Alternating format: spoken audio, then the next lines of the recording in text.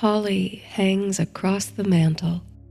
Cinnamon and orange tangle with the aroma of evergreen and the tinkling of piano keys with the music of laughter.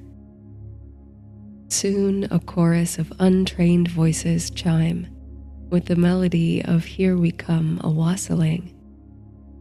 Someone has started a caroling circle in the next room, it seems. As you busily survey the food table, clearing up empty serving dishes and uncovering new trays of hors d'oeuvres and baked goods, you hum along with the merry singers. For the first time since you arrived in this part of the country, the house is abuzz with people, activity, and palpable human energy. And though you are occupied with the frenzy of a first-time host entertaining a surprising amount of people, you do your duties cheerfully, grateful for the newfound community. Covenshire House, this venerable country estate, was left to you a few years ago in your uncle's will. It came as a surprise. You'd always liked the solitary fellow who brought the most exquisite gifts to family Christmas parties and had kind, crinkly eyes you remember well. But it wasn't as if you were terribly close. But the more you've come to learn about him since you came to live here, the more you've realized that perhaps, given his reclusive tendencies, you were in fact one of his closest and most cherished relatives. He saw something in you, you suppose, that seemed to fit in with the eccentric and sometimes extraordinary nature of the Covenshire estate and its surrounding landscape. For this, you've acquired a profound gratitude. You've spent the better part of 2 years restoring the house to, or at least near, its former splendor. Initially, you had thought to sell the place once it was in shape, but the more time you spent here, the more it came to feel like your home, like it was always your home.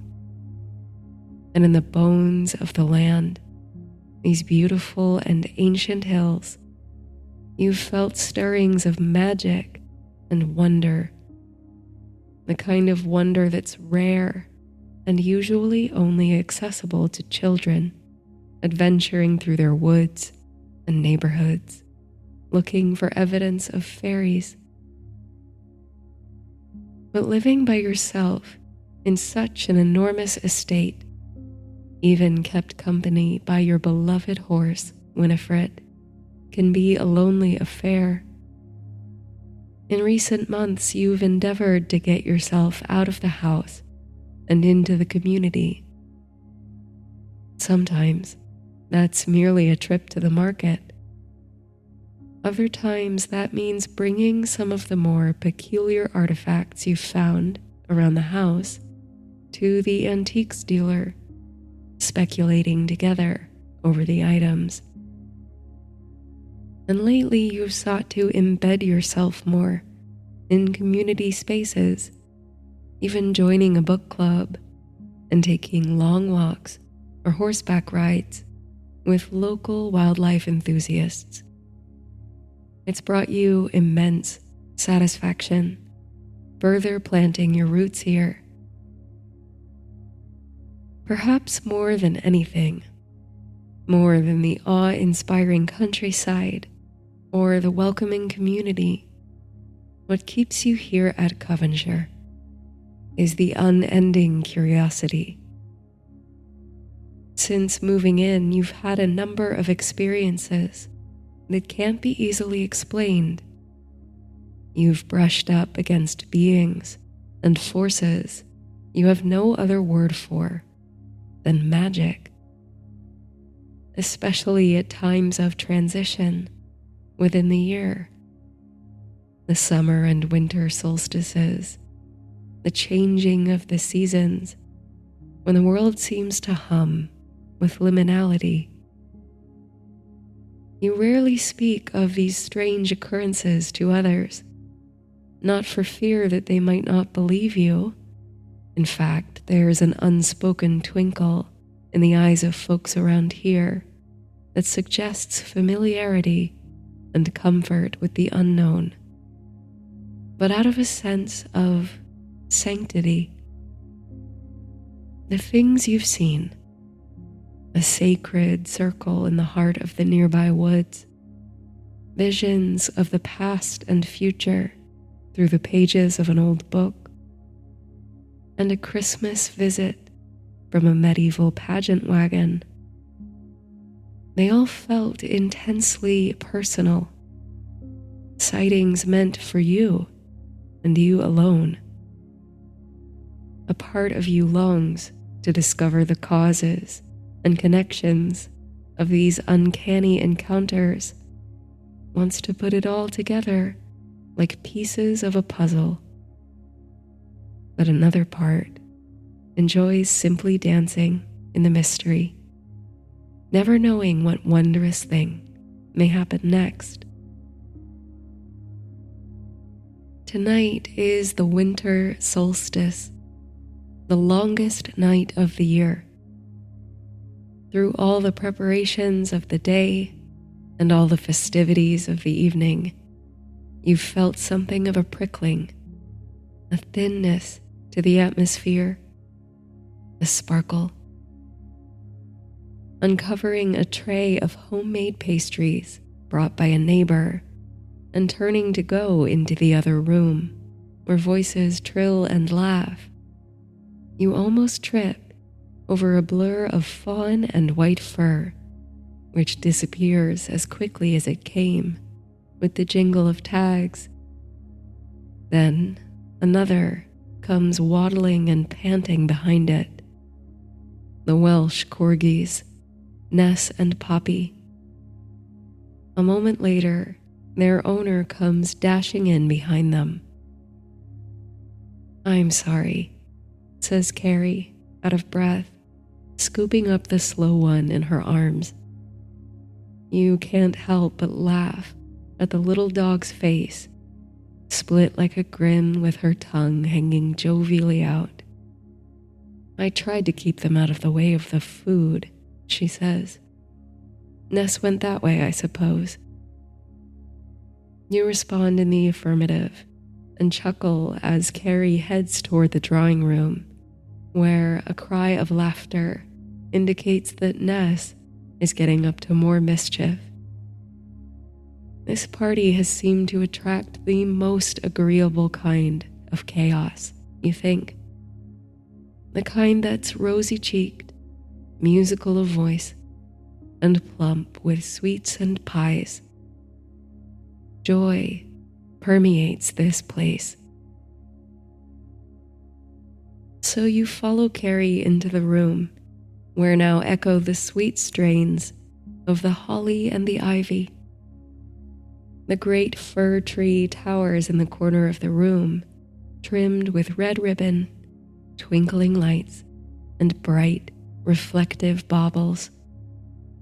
David, the town bookseller, is seated at the piano, tickling the ivories with elegant flourishes. He's encircled by 5 or 6 of your guests in their finest holiday sweaters, all belting out their favorite carols.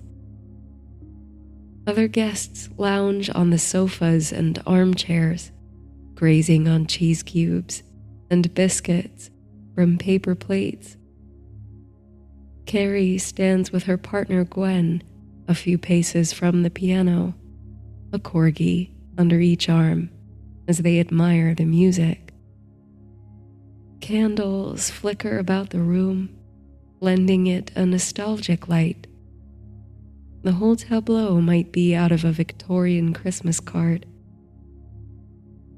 You're so pleased to be the one responsible for all this, the coziness, the camaraderie, you can hardly think of a finer way to spend the winter solstice, the longest night. On the chime of the hour, you tap a metal spoon against your glass to bring the party to a hush. The guests all turn to you. It's time, you explain, for what you hope will be a new tradition. Rather than a gift exchange or any elaborate game, you've asked your guests if they're willing and able to bring something with which to adorn the tree, something you hope that has meaning to each individual.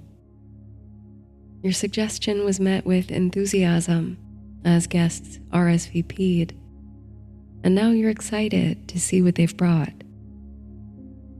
One by one, and sometimes two by two, your guests approach the twinkling fir tree, bearing their small offerings. A young couple you recently befriended share an ornament bearing the name of their firstborn in celebration of her first Christmas. The baby herself is here, sleeping soundly in a sling against her mother's chest. A friend of yours, who makes and sells her jewelry in town, drapes the fir needles with a simple gold chain on which hang a few colorful glass beads. They catch the light and sparkle there. David, the bookseller and unexpectedly skilled pianist, offers a rolled sheet of paper tied with black ribbon, a note he once found lodged in a second-hand book of poetry from a mother to her son. More simple gifts follow, trinkets and tokens of the human experience, expressions of love, labor, and friendship. You are warmed by the gestures of your friends, who so freely share their hearts and stories. When every item has found its place on the boughs of the tree, you all stand back to admire the final picture. You imagine the same scene several years from now, with friends old and new placing this year's offerings on an empty branch, everyone reflecting on years' worth of material memory among the tinsel and lights. You offer a few words of gratitude to your guests for their thoughtful offerings and for their sheer presence tonight. You finish with a toast. All raise their glasses and their voices in cheer and community. Over the next hour or so, the party begins to wind down. Guests trickle out a few at a time, while others hang around to admire what you've done with the old house. This gathering serves a few purposes, it seems. It's a celebration of the season, a get-together of people who genuinely enjoy each other, and a bit of an open house for the Covenshire estate. In the later years, your uncle kept so to himself that no one set foot in the place in ages. The folks who've lived in the area for some time are particularly impressed by your work in the grand ballroom and library, where you've restored furniture and refinished the floors. Next year, you hope to hold a much more decadent affair, with some help from neighbors, perhaps even taking over the ballroom for a Yuletide masquerade. Soon, however, the energy wanes, and the last of your party guests begin to drag. To your great appreciation, Carrie, Gwen, and David volunteer to stick around and help you clean up. You try to insist that it's no trouble, but inwardly it warms your heart to have their help and company. Together you pack away the leftovers and snuff out the candles, pick up bits of tinsel and straighten the throw pillows. A fuzzy exhaustion begins to creep over you. With all the preparation, you've been up since the wee, dark hours of the morning, and as joyous as the occasion was, your social battery is somewhat drained from entertaining all evening. You feel infinitely ready to slow down and relax. Still, a twinge of sadness tugs at you with the thought of the last 3 guests leaving. Over the last year, you've come to find a close kinship with them, all in different ways. They're the kind of people whose company recharges you, boosts your spirit. Now is the first time you've all 4 been together. So, with the house as close to rights as it can be tonight, you suggest they stay for a nightcap or a cup of tea to unwind.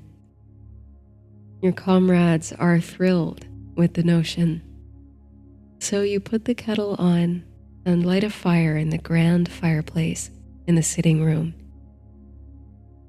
The flames crackle and pop, reflecting against the glass of the large front window. Pulling the curtains aside to admire the view of the landscape at night, you notice light flurries of snow falling in the dark. Your friends join you, settling into chairs and sofas.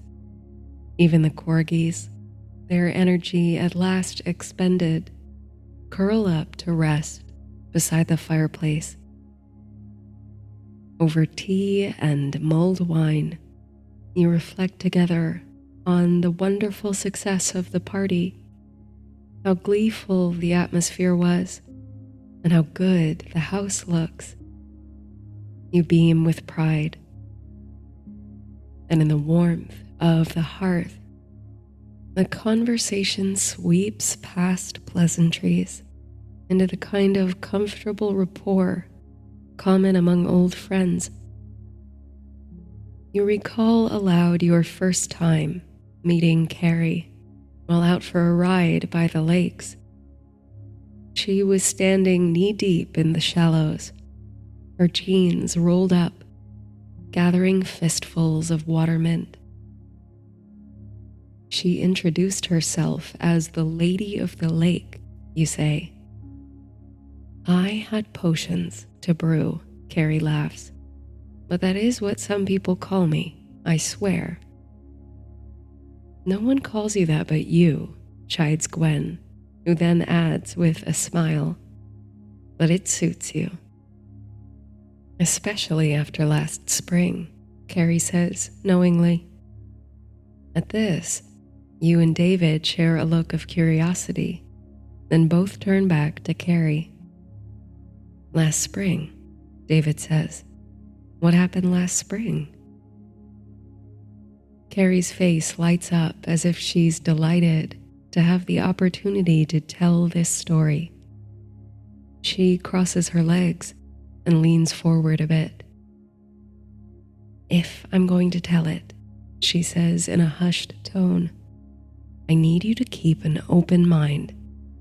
Everything I'm about to say really happened, I promise. I'm not out of my mind. Well, Gwen interjects jokingly, and she's met with a playful shove by Carrie. The fire plays across the sitting room floor, snow falling swiftly outside the window, and Carrie begins her tale. It was March, very close to the vernal equinox, if not the night itself. Gwen was off in Cheshire for a retreat, so I was home alone with the dogs, and I remember it was a full moon. A supermoon, I think, because I caught sight of it through the kitchen window while I was washing up. It was so enormous and orange, I had to go outside and get a proper look at it. Our house is a stone's throw away from the lake, and on a clear night, it's just gorgeous. So I decided to go out to the shore. But when I got there, it wasn't such a clear night after all. There was a heavy mist that seemed to have suddenly rolled in, just floating over the surface of the lake. Not a cloud in the sky, just this mist. So I could see the moon overhead, so big I could have reached out and touched it. But I could also see its reflection, not on the water, but on the mist. This glowy golden ether swirling there on the lake's surface. It was hypnotic, really.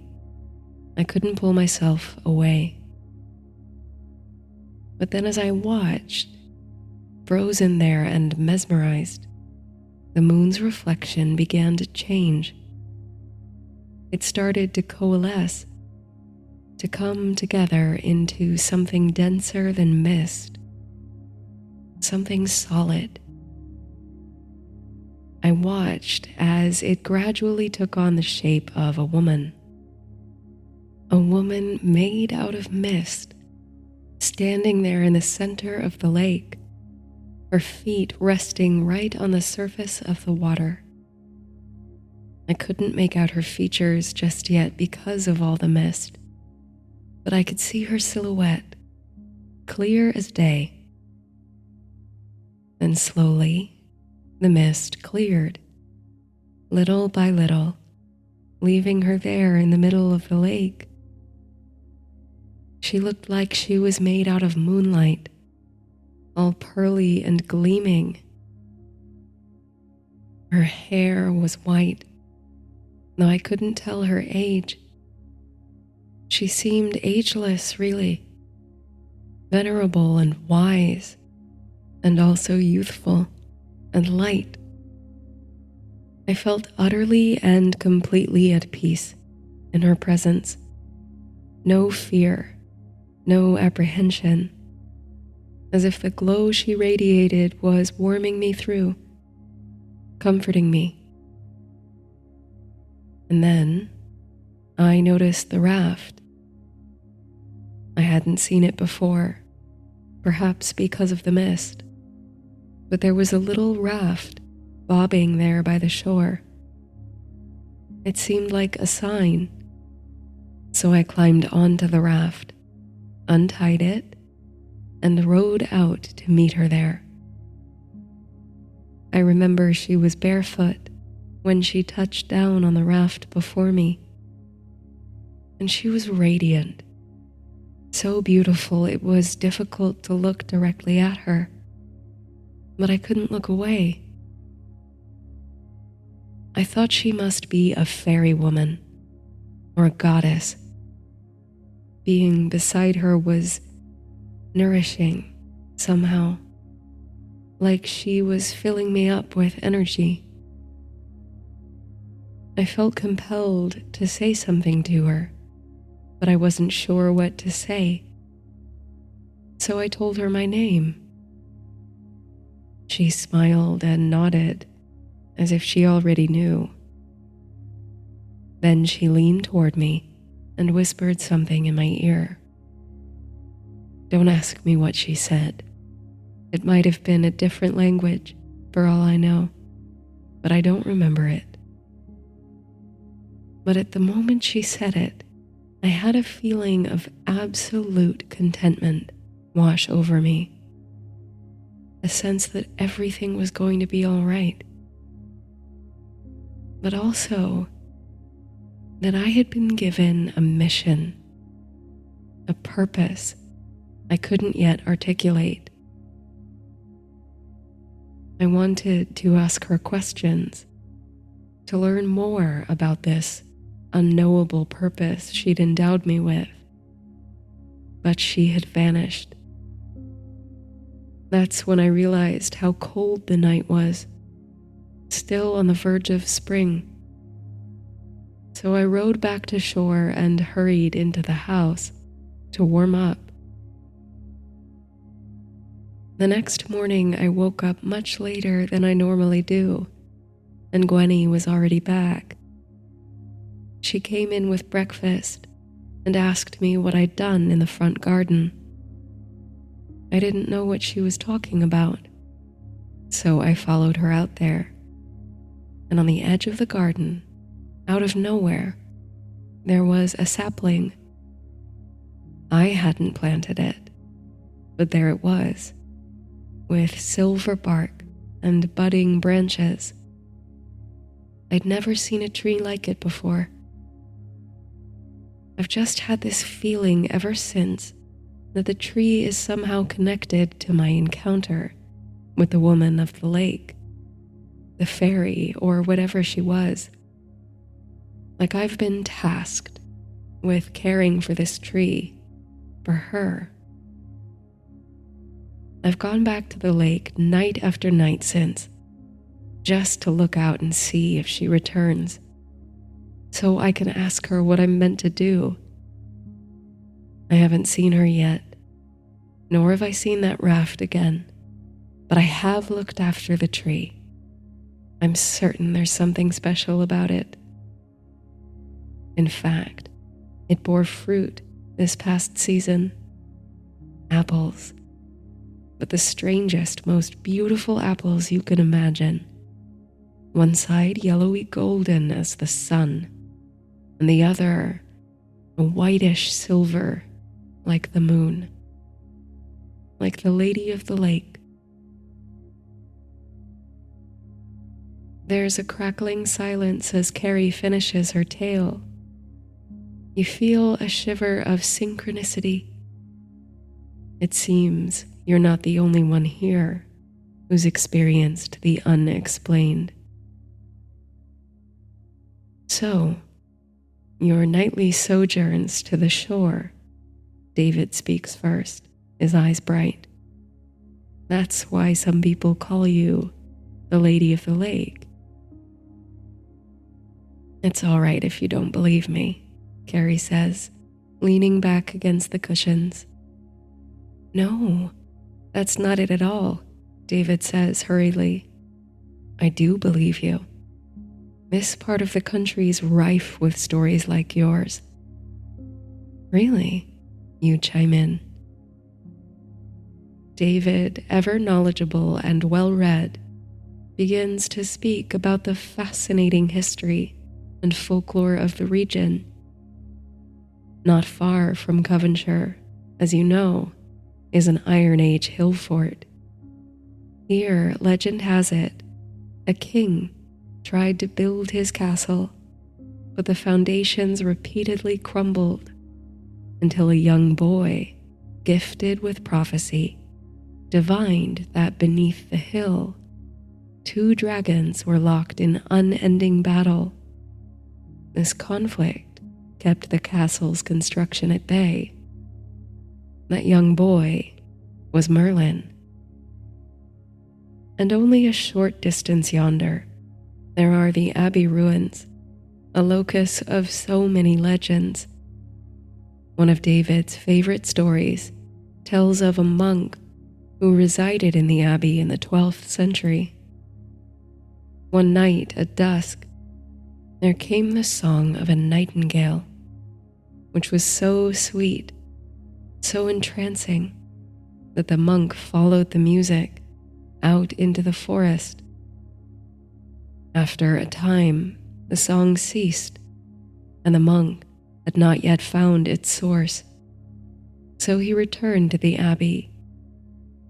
But despite having been gone for what felt like minutes, he found the place in ruins, as if he'd been away for centuries. I've seen things too, things I thought no one would believe, David says. But you and your company urge him to share, and you listen with rapt attention as he begins his own tale. I had finished closing the bookshop one evening. This was a handful of years ago, and I was on my way home through the town square. I live close enough to walk to and from the shop. It was a mild night in late summer, and I decided to take my time on the way home. When you've lived in the same place for as long as I have, I suppose it's easy to take for granted the beauty around you, the little curiosities. I stopped here and there in the waning sunlight to admire the intricate details of a wrought iron gate or the decorative drain covers and the like. Well, I took a moment to visit the fountain in the square. The way the sunset was hitting the water, it was casting these beautiful rainbows in the spray. And there were children and families about, some of them tossing wishing coins into the water. But as I looked into the pool, I saw something so unusual, so wondrous. I thought at first I must be dreaming. Instead of the stone bottom of the fountain pool, which I'd seen so many times before, it was like I was looking through glass, through a window, into another world. There, below the surface of the water, was a city. Streets and alleyways, and churches and fountains. So very like the town in which I was standing, but older and fringed with a golden haze. I looked to those others who played near the fountain, but no one else seemed stricken with the same vision. I knew it might make me look like a fool, but I reached in with one hand to touch the surface of the water, just to see if I could reach that strange subterranean city. But as soon as my fingers disturbed the water, the ripples washed the vision away. I left, thinking I must have imagined it, but it was only the angle of the light and the reflection of the buildings in the square playing tricks on me.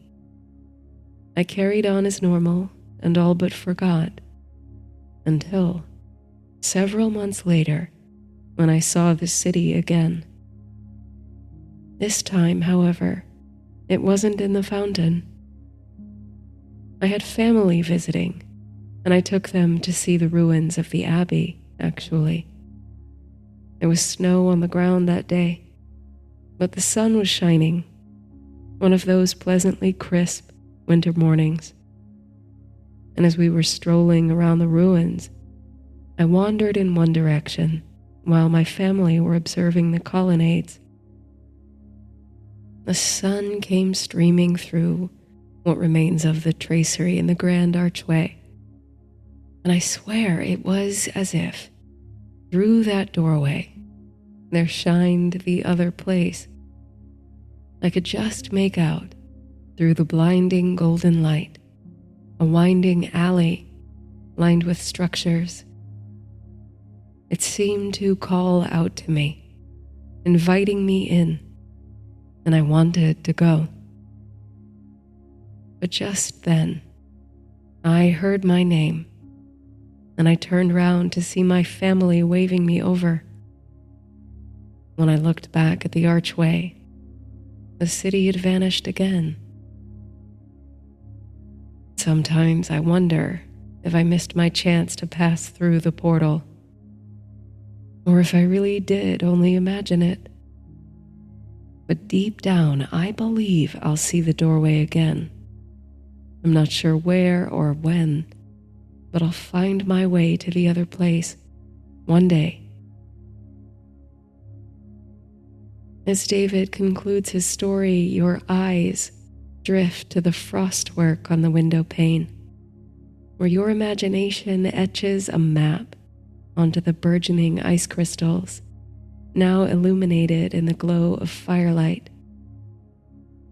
You can see in your mind's eye the shining lake where Carrie's goddess touched down, the garden where a silver apple tree now grows, the town square where the fountain flickered with a sunken city, the bookshop where David pores over volumes of lore, the ruins of an abbey where nightingales sing, an Iron Age hill fort, home of dragons, the wild wood where you once witnessed the turning of the wheel of the year. Your inner gaze draws curved lines connecting the locations, settling into spirals. 3 spirals connected at the center. And there at the center of this map is Covenshire House. Something more than a fire in the hearth is crackling now within this room. There is new kinship forged here, a network of invisible cities, beings, stories binding you all together. It was more than good fortune that brought you to cross paths with these fellows, you think. There was something of fate in it, too.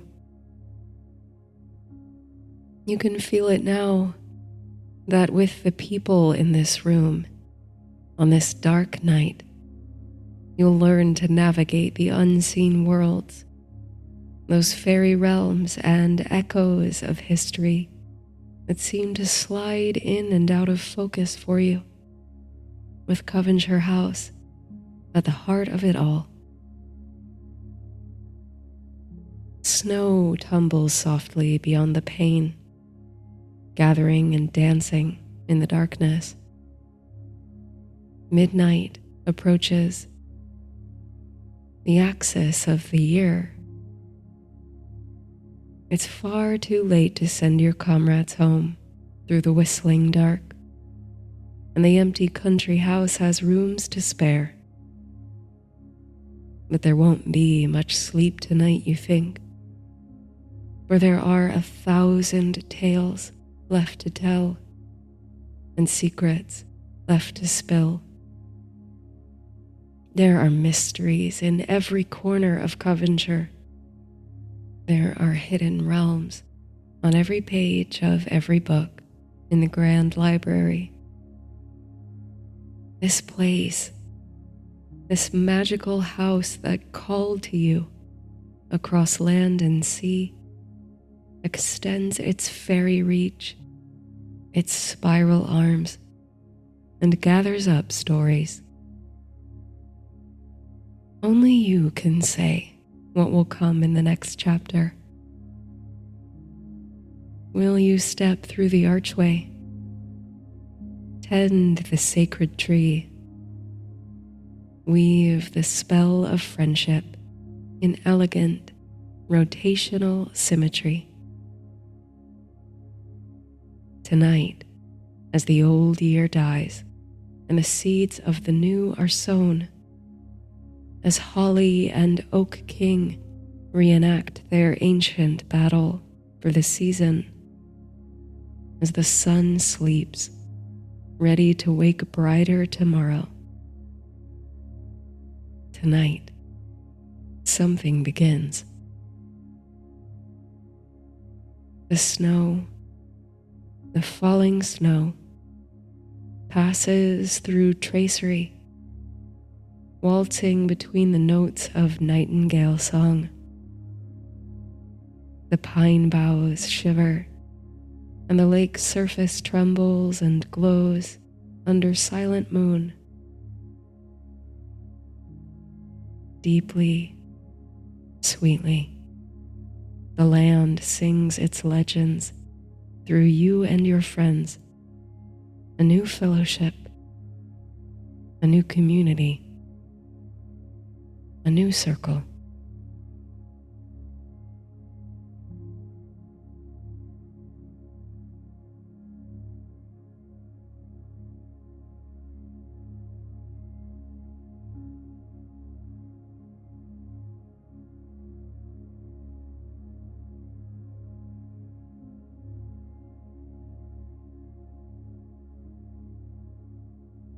There's fervor in the streets, the melodic ring of people's voices lightly singing their Merry Christmases and Happy Holidayses. Holly and evergreen deck every doorway, red ribbons tied on every lamppost, every window lightly frosted. The scents of bayberry, orange, and spices float on the sweeping breeze, all tangled up with the pealing of bells and laughter. Little noses and cheeks glow rosy in the cold. The air is thick with the chilly anticipation of the long night and morning to come. In all this splendid energy, it can be no other day but Christmas Eve. And there's nowhere you'd rather be on Christmas Eve than right here in the bustling corridor of Surrey Alley, where every shop is a magic shop and witches and wizards come to buy their wares. You savor the feel of the cobblestones beneath your feet, the cold air on your face.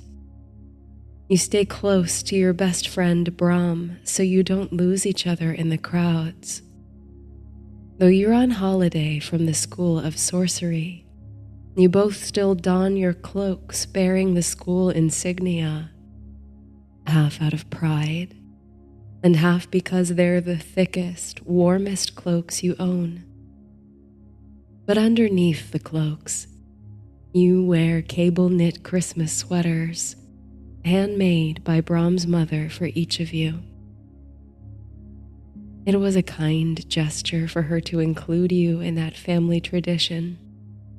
You and Brom could be siblings in your matching attire. Now that you're of age, you're excited to venture to Surrey Alley on your own. There's something so gleeful about coming by yourselves with your own gold to spend. A delicious sort of freedom in this wonderland of endless delights. And Surrey Alley does not disappoint at Yuletide. The hidden promenade, tucked away behind London's Covent Garden, behind a magic veil that only those in the know can pass through, is positively alive with joy and cheer. There are carolers on the corners and floating baubles in the sky above the street, as though in search of a Christmas tree to hang themselves on. Snow coats the rooftops of the little crowded shops and cafes like powdered sugar, making them look like frosted gingerbread buildings. Tiny icicles shine like diamonds from awnings and eaves. With so much excitement and such delights round every corner, you feel almost overwhelmed.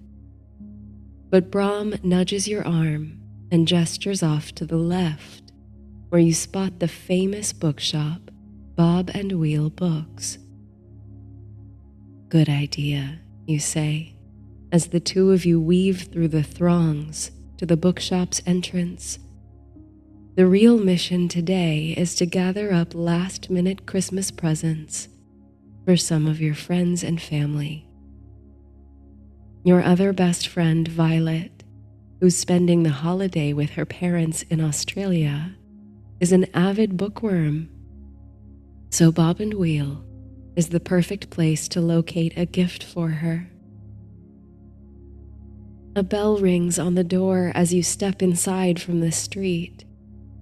Immediately, a rush of warmth falls over you after the blustery cold of the alley. You haven't set foot in this bookshop since your first year at the School of Sorcery, as you've opted to have your school textbooks delivered ever since.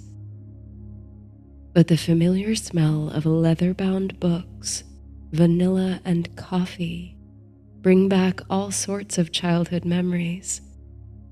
You think of how timid you were the first time you shopped here, how much you've grown in the intervening years.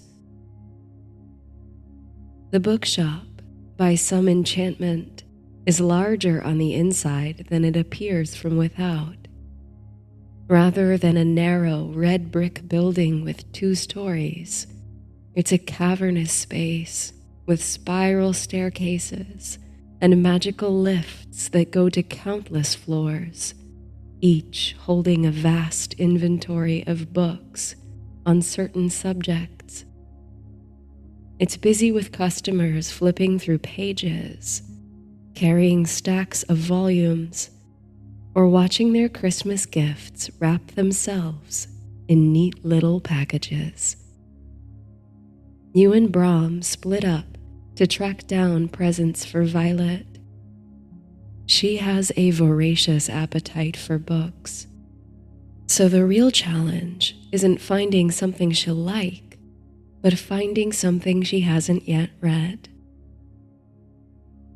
As Brahm disappears up a stairway toward the section on plant and herb lore, you step on a hovering platform and say clearly, "Magical history." The platform begins to slowly convey you upward, past stacks of books, toward your chosen floor. You watch the customers and shopkeepers grow smaller as you drift up. Clerks follow customers around, scrolls of parchment floating behind them, scribbled upon by quills that move independently. Even years after your initiation into the secret world of magic and sorcery, such a sight still makes you swoon with delight.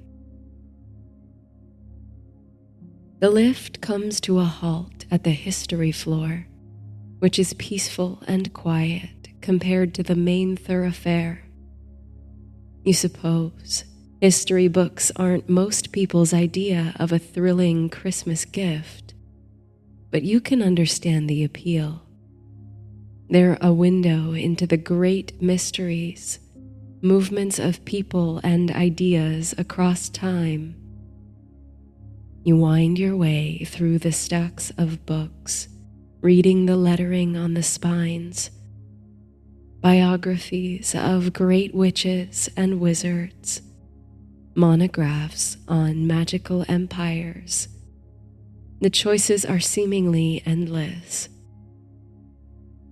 But as you round a corner, you find a small display table of books with brightly colored binding and covers. It's a whole collection of books by a celebrated magical historian, all reissued with beautiful designs and gold-trimmed pages. You pick one up, open the cover, and feel the spine pleasantly crackle in your hands. It's the exhaustive history of the School of Sorcery, founded centuries ago by Merlin himself. You think of Violet, whose own copy of this book is second-hand, tattered and worn from poring over it again and again. Edges frayed, pages falling out, gold lettering faded on the cover. There's a certain charm about that old book, but you have to imagine she'd appreciate the opportunity to set it upon the shelf and crack open a beautiful new copy. There are full-color illustrations within that move and wink as you flip through. It's a beautiful edition. You tuck it under your arm, feeling light and cheerful as you return to the lift. You wish you could see her face tomorrow morning when she opens the package and sees the beautiful cover and the image of the renowned wizard smiling back at her. You rendezvous with Brahm in the checkout line, which snakes through the bookshelves behind the register. The shop echoes with happy chatter as you slowly inch toward the front of the line. Brahm has selected a book of magical herbs and their uses in healing and medicine. It's full of elegant botanical sketches and even has pages for the reader to fill out with their notes and experiments. At the register, the smiling clerk offers to gift wrap your items and ship them directly to the recipient. You watch as a shining red ribbon ties itself round the book of history, and you scribble a short note for Violet. Then the clerk drops both books into a small cabinet and closes the door. You hear a sound like the tinkling of bells and see a puff of silver smoke rise from the cabinet, and you know the books have been instantly transported to Violet's door. You leave Bob and Wheel books as light as you came in, but with a wave of relief, knowing you've crossed such an important person off your Christmas gift list. The sun is starting to set on Surrey Alley, and lamps are springing to life around you. The dim late afternoon brings a new surge of cold over you. You shiver as you move down the alley with the flow of the crowd. Brahm's teeth are chattering, and the two of you agree to duck into the first place you can find to procure some hot drinks. As luck would have it, you're only steps from Pepper's Pies and Potions, a cafe that may look shabby from the outside, but makes the most delicious pasties and drinks. You step in off the street, relieved to see it's not mobbed with patrons. The owner, Pepper herself, is behind the bar, slinging drinks for the few customers at tables. You order hand pies to snack on and peruse the menu of winter drinks. There's hot mulled cider, hot chocolate with every flavor imaginable from peppermint to lavender, and Pepper's famous mystery potion. You've never tried the mystery potion before, afraid to go out on a limb when more familiar options are available. But everyone you know who's tried it has described it differently. Pepper claims the drink transforms to please the taste buds of the drinker at the moment it's drunk. Today you're feeling adventurous. You and Brahm both order the mystery potion. When he takes his first sip, Brahm's eyes light up. It tastes like hot buttered rum, with a sprinkling of cinnamon and something like cardamom. Brahm exclaims that he didn't even know he liked cardamom until now. You take a cautious sip of yours, and immediately you feel it warm you from the inside. The taste is hard to describe. It's somehow herbal and sweet, delicate and strongly spiced. It makes your throat tingle and your head feel clear and bright. You struggle to decide what it reminds you of, but your mind fills with childhood memories and broken images of Christmases past.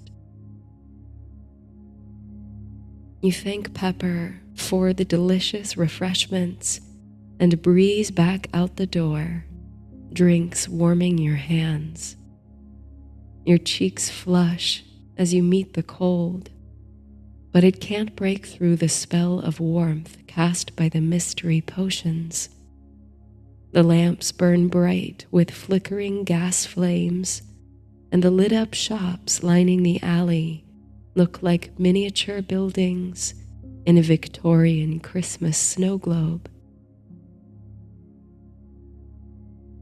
There's another gift you and Brom need to find on this trip to Surrey Alley, and this one must be especially heartfelt. You're looking for something for Brom's mother, who has graciously opened her home to you for the past 6 Christmases. She's as dear to you as your own family, a generous woman who makes every room she enters feel like home. So off you traipse down the cobbled alley, inhaling the sugary, spicy fragrances that waft from the doors of cafes. You carry your drinks in takeout cups, feeling the warmth against your own hands and warming you from the inside out with each sip. A quartet of carols trill a sweet song. You catch 1 or 2 lines of lyric which describe a magical Yule bonfire that burned for the whole month of December, long, long ago. There's a line out the door at the apothecary, a tiny shop that sells cauldrons, potions, and magical ingredients. You spot a friend from school in the line, waiting with a small group of people who must be her family, as they all sport nearly identical button noses and sparkling green eyes. You and Brom give her a cheerful wave as you pass by. You peek briefly into a shop called Sight and Seer, a dimly lit boutique that sells crystal balls, scrying glasses, casting runes, oracle decks, and other supplies for the arts of divination and prophecy. The shop smells of sage and incense, and a faint haze seems to float in the air around you as you explore the displays. While the objects certainly pique your interest, you aren't sure anything here will do for Brom's mother. There's a ginger cat winding its way under table legs, and it chirps merrily as it rubs against your leg. You stoop to give the cat a friendly scratch on the head.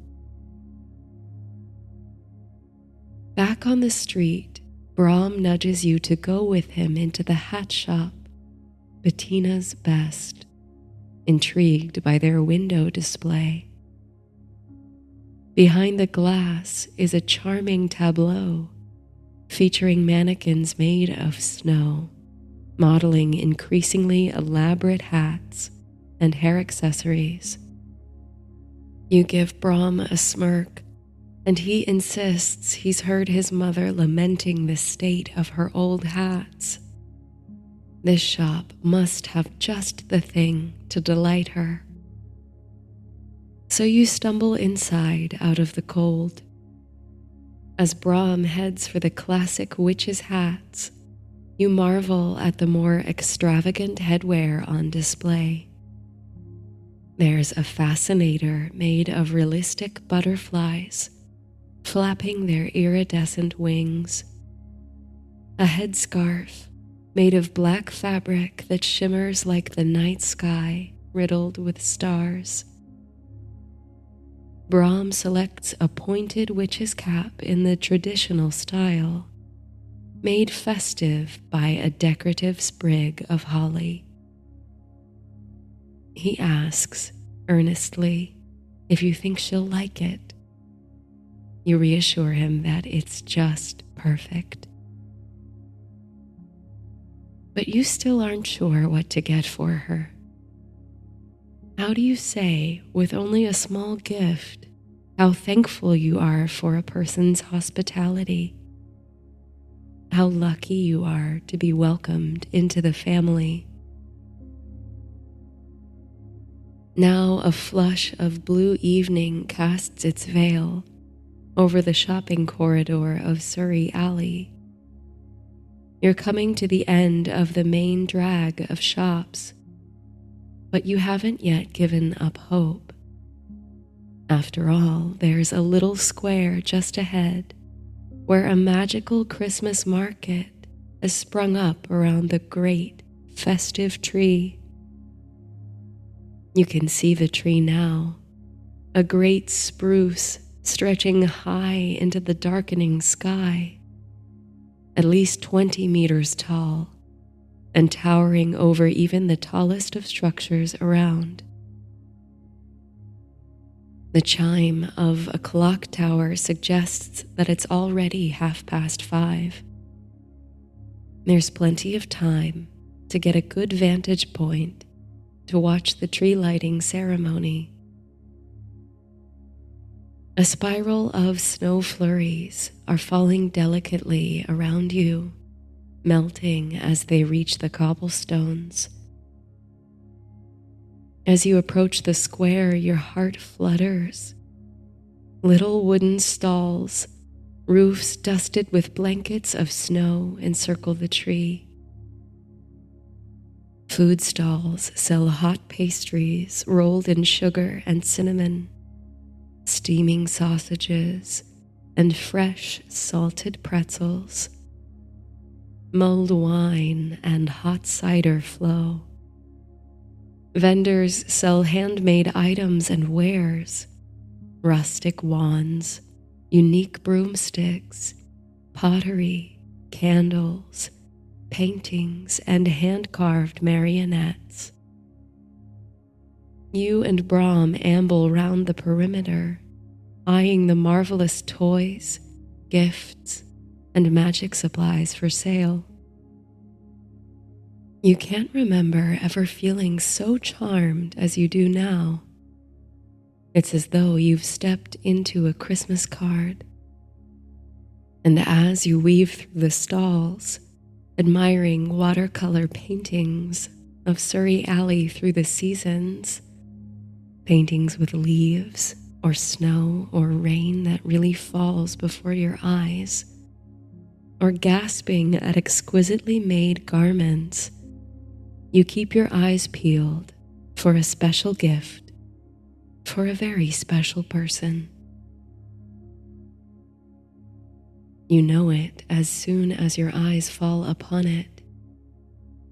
You don't say anything, but you begin to drift effortlessly toward the tiny stall. Brom has to hasten back to catch up with you after realizing you're no longer by his side. There's nothing so magical about it, really. But something about it catches your eye, captures your heart, and doesn't let go. Behind the stall's birchwood counter sits a small, middle-aged woman, bent over something in her hands, which move with a careful, deliberate activity. All around her, on the counter, on shelves behind her, on floating shelves and hanging from the ceiling, are hand-carved wooden nutcrackers, each unique and unalike as snowflakes. There must be hundreds of them, every size, color, shape, and style. Some are classic, some minimalistic, some flamboyant, and some fantastical, each alluring in its own way. And from what you can tell, there's nothing inherently magical about them, but their charm is undeniable. The maker sits there carving away, not noticing you just over the counter, with an expression of peaceful concentration. She looks miles and miles away, unobservant of all the hustle and bustle around her. The snow could be coming down in droves, you think, and she might not look up from her work, so consumed is she by focus. There's one nutcracker among the hundreds that you're drawn to. It's small enough to fit in your hand, you think, and it hangs from a red ribbon on a hook within the stall. It might hang nicely on a modest Christmas tree. This nutcracker is intricately carved and hand-painted in shade after shade of green. Around its arms twist tiny vines of decorative ivy, and holly leaves and berries stick out of its white beard. It wears a crown of holly too, and a cape of luxurious green velvet trimmed with fur. As small as it is, it looks regal and impressive. Somehow you have no eyes for the other items in the stall. This one alone calls out to you. You approach the counter, hoping not to startle the woodworker, but her eyelids lift slowly to meet your gaze, then wrinkle into a warm smile. The piece in her hands is mostly unfinished, but you can see the start of another unique creation coming to fruition there, as though the nutcracker is emerging from the raw wood. When you ask about the little green nutcracker, the maker's eyes light up. It's one of her personal favorites, she says, pulling out her wand and summoning it down from its hook. She wraps it in brown paper, ties the small package in green ribbons, and hands it to you, bidding you take good care of the green man. You thank her, tuck the package into the pocket of your cloak, and depart. You can't stop smiling. You hope Brahm's mother will find the gift as enchanting as you do. A crowd is gathering now around the base of the great spruce tree. You and Brahm angle to get a good spot where you can see the whole tree without craning your neck. The giant arbor is decorated with red and silver baubles, bows, and candy canes. All around, bright colors shine through the approaching darkness. Voices ring clear and strong, and a shiver of anticipation strings all souls together like one grand musical instrument, waiting to ring out one silver note on the night air. It's such a feeling as can only be felt this time of year. A collective in-breath, a quiet expectancy, a quivering hopefulness, even on the darkest of nights. The hour is approaching now, and you wait with bated breath for the tree to be lit. You've never witnessed this spectacle yourself, though Brahm has told you many times that it's the most magical thing he's ever seen. The anticipation mounts as excited voices carry throughout the crowds. Brahm checks his watch. Only minutes to go. As the seconds tick by, you scan the crowd, taking in the cheery, rosy faces of everyone around you, all waiting for the same thing, the same moment, all waiting to be amazed. It's only been a few years since your initiation, into this secret, magical world. A mere moment in time, really. But it feels somehow as though you've always been a part of this community. Or rather, that it's always been a part of you. Like you and the world of magic were only waiting to find each other, always just one step out of sync. Now, you feel attuned to the magic, inextricably bound to it. It flows through you in every moment, infuses your every choice. And here, among so many others, many who must have felt just as you did the first time they witnessed the miraculous, it feels stronger than ever, as though your magic reaches out to grasp others, creating a powerful ritual connection, even among strangers. It's almost time. A voice rings out from somewhere unseen among the throng, counting down from 10. 10, 9. Another voice joins in, and then another. 8, 7, and more voices. 6. More voices still, and more, until the whole circle speaks in one strong, unified voice. 5, 4, 3, 2, 1. And for just a moment, the square goes entirely dark.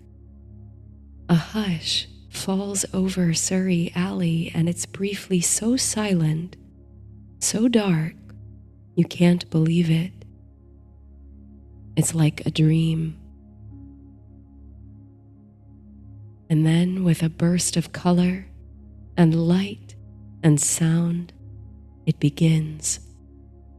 The sparking of golden flames dancing like ribbons or wisps of smoke from the base of the tree, circling it in spirals all around. At first, it appears only abstract, just an enchanted flame climbing the tree, and yet not even singeing its needles. But as it circles the tree once more, activating the twinkling lights it passes one by one, you catch a glimpse of the form within the formlessness. There, flickering in and out of visibility, with a long tail whipping behind it, is a magnificent bird made of fire. On its trail echoes a note of song so bright and beautiful, it softens your heart and brings tears to your eyes. The tree springs to life beneath it, the baubles catching the light of the flame and sparkling like stars. The bird ascends higher and higher around the great spruce, ringing out its joyful song. Oh, that song. It's like the taste of the mystery potion, spiced and sweet, hopeful and nostalgic, evocative and elegiac, all at once. And at last, climbing higher into the night sky, the bird, the flame-tailed phoenix, comes to rest at the very pinnacle of the tree. Its wings flutter and rustle, then settle into stillness, its tail relaxing. And there it burns. The boughs of the tree catch not the flames, but glow greenish gold under its constant flicker. And then there is an eruption of sound, cheers and shouts from the crowd. You clap your hands together with an unexpected ferocity, whistling your approval. Laughter, cries of merriment, and a milling and a mumbling and a marveling. Slowly the celebration diminishes, and the sizzle of sausages on the grill can once again be heard above the din. The crowds resume their shopping. The phoenix burns on above the square, little snowflakes dancing in the glow of its flame. A halo of warmth remains in the wake of the ceremony, even as the crowds disperse, and a heaving sense of denouement settles over you. The anticipation past, you feel your muscles relax and your mind soften. Now you feel a glowing tiredness and a longing to rest. Brahm agrees, and the two of you slip down a side street. There's a station at the end where you can pay a penny each way to travel anywhere in the magical network of mirrors. Coming down from all the excitement, giddy with exhaustion, you pay your fares and step through a narrow mirror, one at a time, right into the den of Brahm's family home. Before the room even materializes before you, you hear an exclamation of delight from a familiar voice. Then several more join in. It's Brahm's mother who cries out first, and she runs to embrace you both as your feet fall upon the rug. There's a roaring fire in the hearth, and Brahm's whole family is here. Some lounge in armchairs by the fire or stretch out on the floor. There's a small but richly decorated Christmas tree in the corner, surrounded by a pile of gifts wrapped in brightly colored paper and tied up with red ribbons.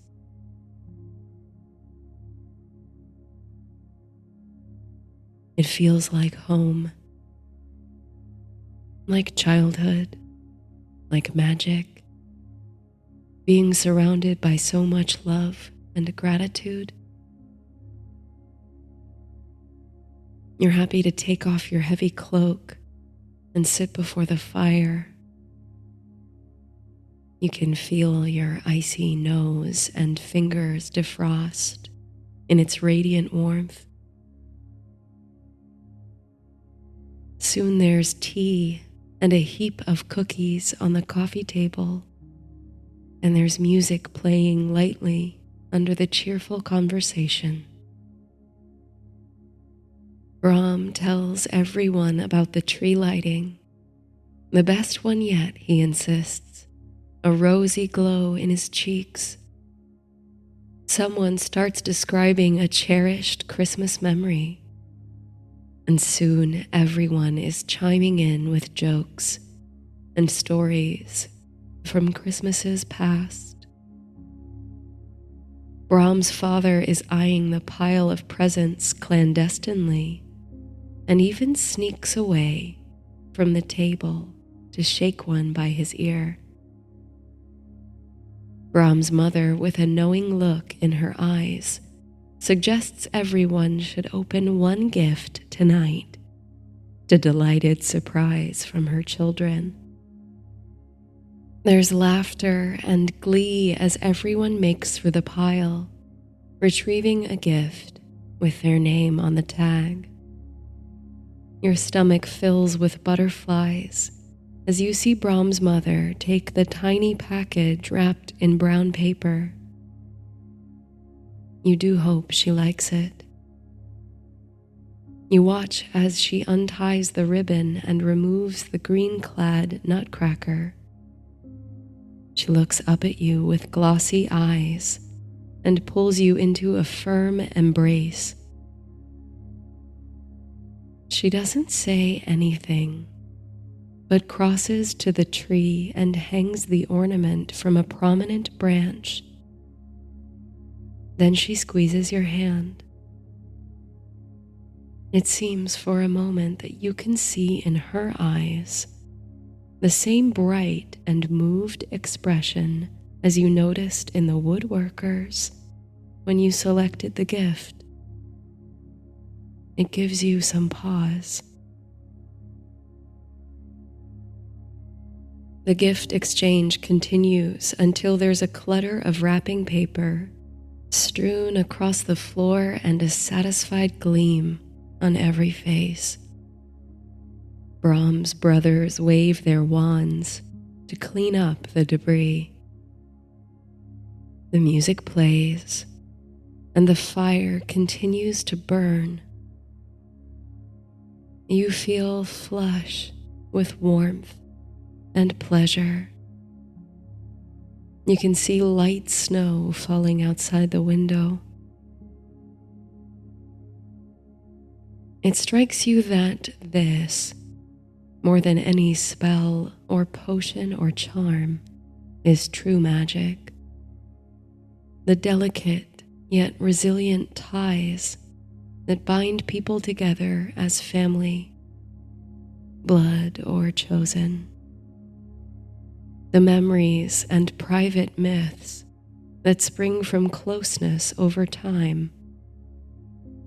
A tapestry of sentiment, the warp and weft of which creates something bigger than any one person or any group of people.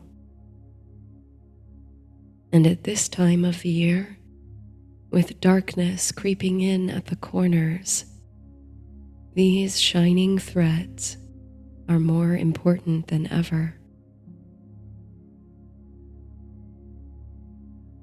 After a time, family members start heading up the creaky stairs to bed.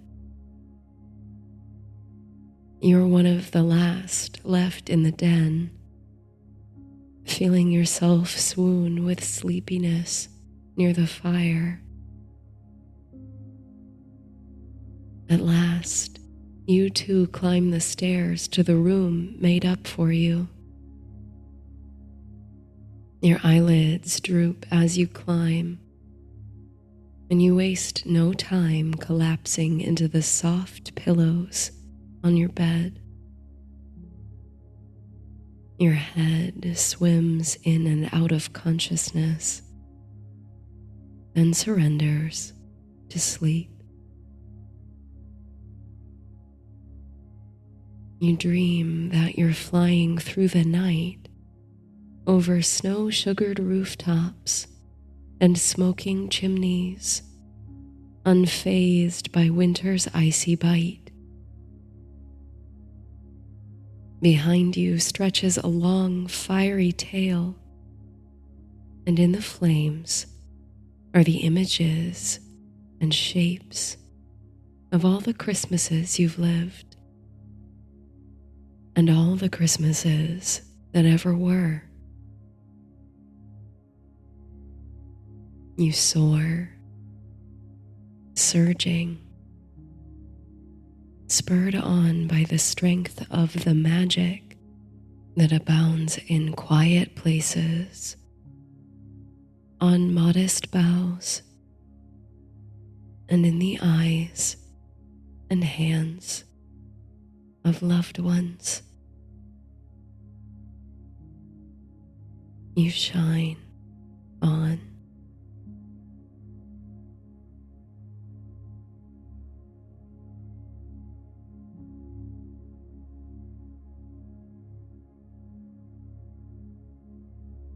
How swiftly the days pass now. It seems the sun itself oversleeps, rising weary and bleary-eyed through wandering clouds. Lazily it yawns through the skies, hazy gold, and breathing effortless warmth over the night's frosts. And once risen, its time in the skies is brief. As soon as it opens its eyes across the land, it begins to close them once more, moving in a great and sleepy arc over the mountains and the lake. Some days when it's quiet and you're alone on the grounds, you see the sun as the great crown of an aged king, whose body, shadowy beneath those rays, is slowly settling down to sleep. The sun is given so much this year, tirelessly adhering to its predestined cycles.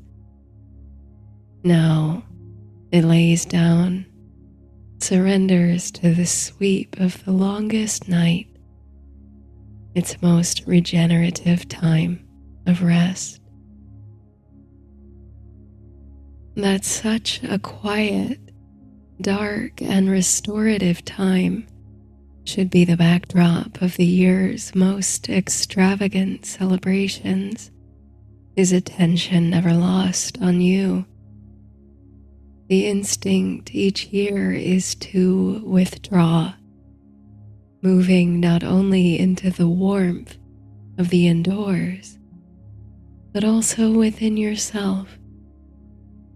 Winter, and especially the days closest to the winter solstice, are a natural time to engage in the quieter things, self-reflection and study.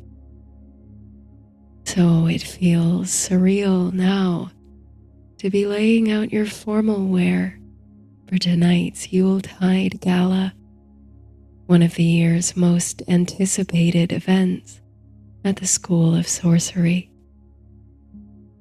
And yet, on the other hand, what better time is there than the darkest days of winter for generating a spark of light, for lighting fires to keep alive the hope of rebirth in the new year?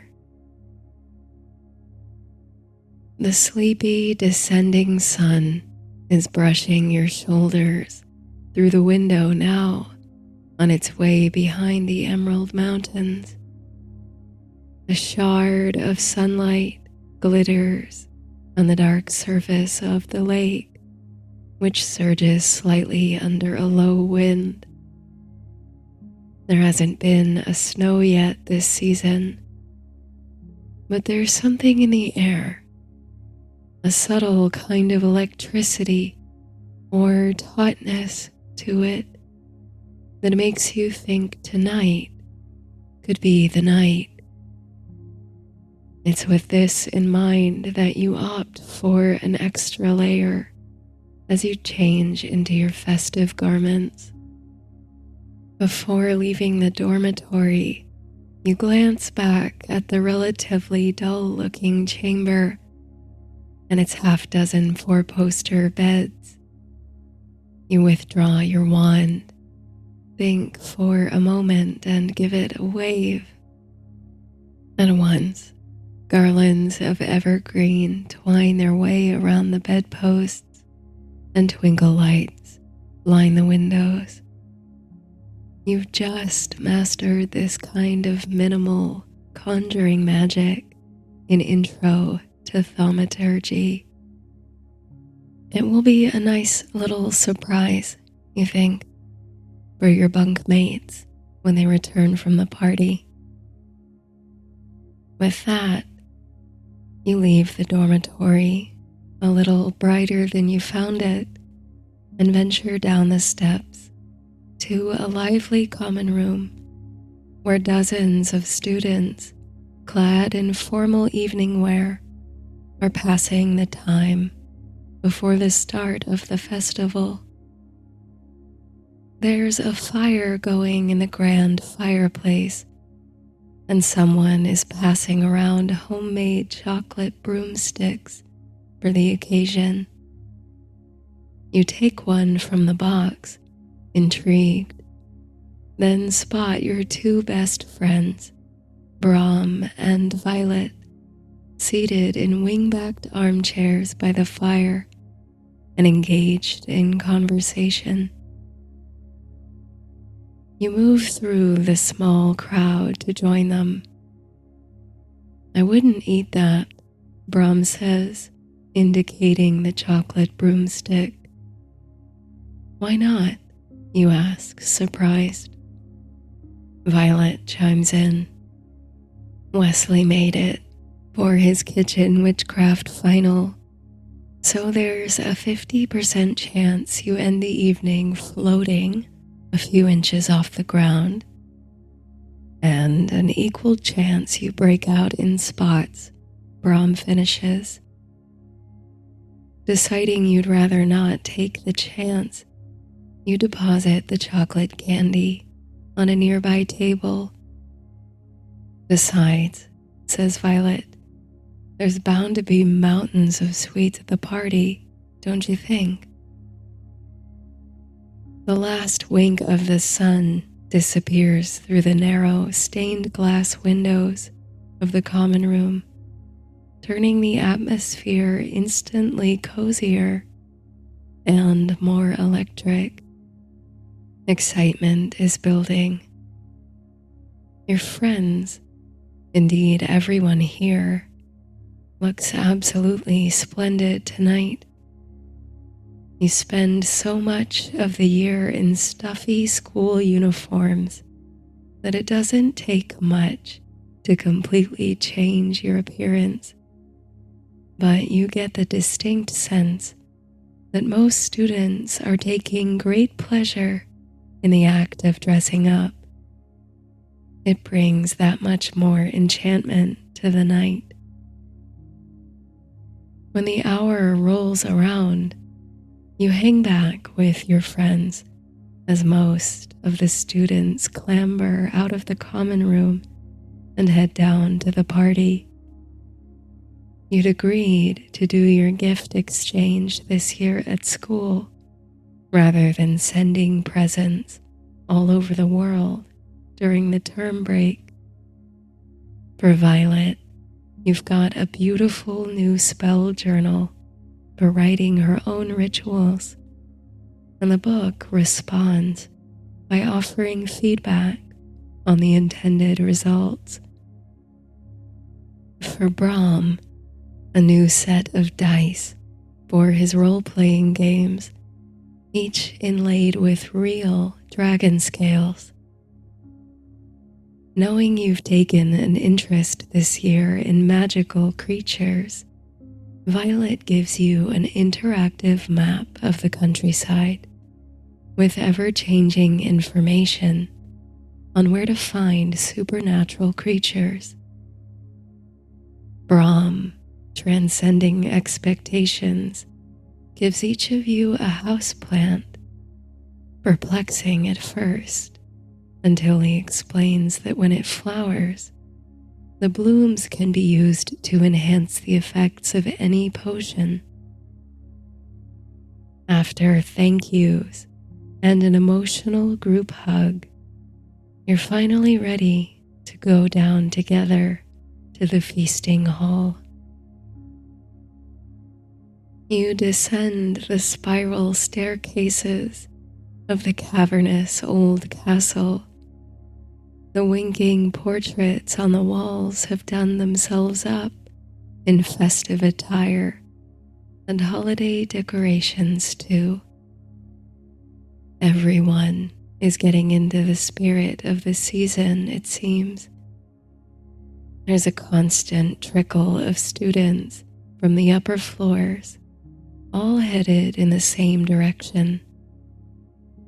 Music floats from the lower level, a string quartet by the sound of it, sweet notes and harmonies climbing the corridors. And along with it, the glorious sense of winter spices and citrus. A feast surely awaits. Down in the entrance hall, a large crowd of students and teachers gather before the still closed doors of the feasting chamber. Trays of hors d'oeuvres float by. You're trying to save your appetite for what you know will be an extravagant supper, but you can't resist a few of the charming canapes. There's time to find many of your classmates and admire their dresses and robes. How marvelous and joyful everyone looks. Within a few days, most students will head back home to be with their families for a few weeks before the start of the next term. So you have a mind to soak in this social time with your friends before parting. Exams are finished. Final projects have been handed in, and the atmosphere simply buzzes with pent-up energy. So, when the doors to the feasting hall at last swing open, the oohs and ahs escape like long-held sighs. After the wave of mouth-watering aroma comes the revelation of the spectacle. The school's staff have clearly held nothing back in decorating the hall for tonight's festivities.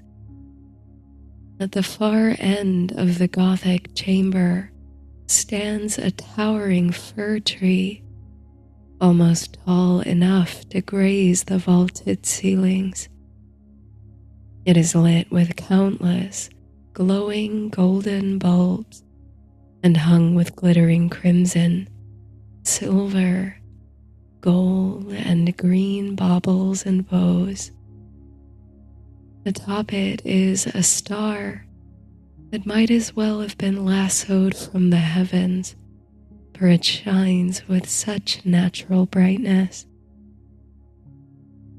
Long tables are dressed with white cloths and wine-red runners, with natural greenery for decoration.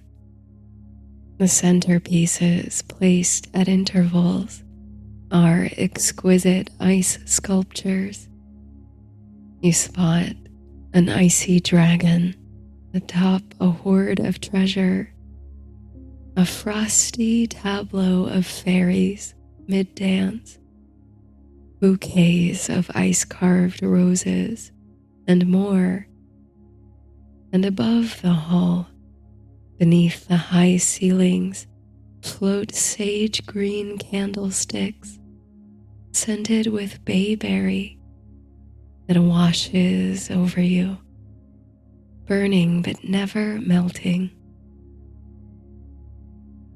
The teachers take their places at the table at the head of the hall, and ushers direct the students to places at the long dinner tables.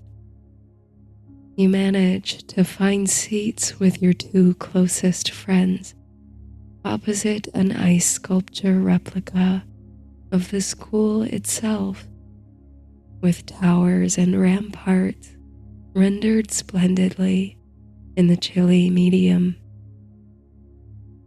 China plates hand-painted with decorative holly and scarlet cardinals rest on golden chargers, and the service gleams beneath the thousands of candles. The sound of chimes ring out across the hall, slowly bringing the cacophony of conversation to a low murmur and then silence. The head teacher, resplendent in a white dress and red fur-trimmed cloak, holds a crystal glass in the air, which she's been gently tapping. All heads turn her way. She smiles and speaks. "Blessings, my friends, for this Yuletide season," she says. "In the interest of beginning our celebrations as swiftly as possible, I'll keep my remarks brief. I only wish to say this, that the winter solstice is a time of pause, a time almost outside of time. Here, poised in the darkness of the longest night of the year, we have choices to make about who we will be on the other side. After tonight, the days get longer. The sun lingers later in the sky with each passing day, and we move once again toward the abiding light. What do you wish to shine a light on in the coming year? And what do you wish to nourish in this time of sacred darkness?" Her words sparkle in the echoey quiet of the hall, like flakes of snow just about to melt. You feel a slight tightness in your skin, a climbing of tingly goosebumps from your arms to your scalp. You hold the words in your head, where they tumble and rearrange, questioning. And then, after a moment, the head teacher concludes. "Just something to think about." And she claps her hands once, sharp and clear. At the sound, all at once across the hall the tables light up with the appearance of platters and platefuls of food. This to gasps and exclamations of delight, for the food is sumptuous and abundant, from holiday roasts to peerless puddings topped with holly and oranges. Your goblets fill with spiced drinks. It's a feast so delectable, it's almost too much to be believed. You load your plates, laughing and reminiscing on the year's highlights, and eat and drink to your heart's desire. When supper is through, and the sleepiness of satisfaction settles over the hall, the head teacher stands once more, uttering an acknowledgement for the kitchen staff and cooks who've truly outdone themselves this year. A hearty round of applause erupts in reply. "And I think," says the head teacher, "this means the real party can finally begin." She claps her hands once more, and the empty platters, bowls, goblets, and centerpieces vanish from the tables. The tablecloths, runners, and garlands dissolve into sparkling air, and then the tables themselves evaporate. The whole of the feasting hall glitters as it resets, turning itself over into the floor plan of a spectacular ballroom. Round, high-top tables take the place of the long ones, each topped with revolving seasonal floral arrangements. The staff table remains in place at the head of the hall, but its ice sculpture centerpieces disappear, replaced by a single formidable log topped with burning tapers, pine cones, dried citrus fruits, and greenery. You know this to be a Yule log, a long-held tradition of burning a special log at the winter solstice as a reminder on the longest night of the imminent return of the sun. The rest of the hall is open and clear, delineating a dance floor, though actually motivating students to begin the dancing is another story. There's a good bit of nervous shuffling and whispering as the music strikes up. It's a pair of teachers who first take to the floor to kick off the waltz. Soon enough, pair by pair, students couple up and begin to revolve like twirling snowflakes on the dance floor.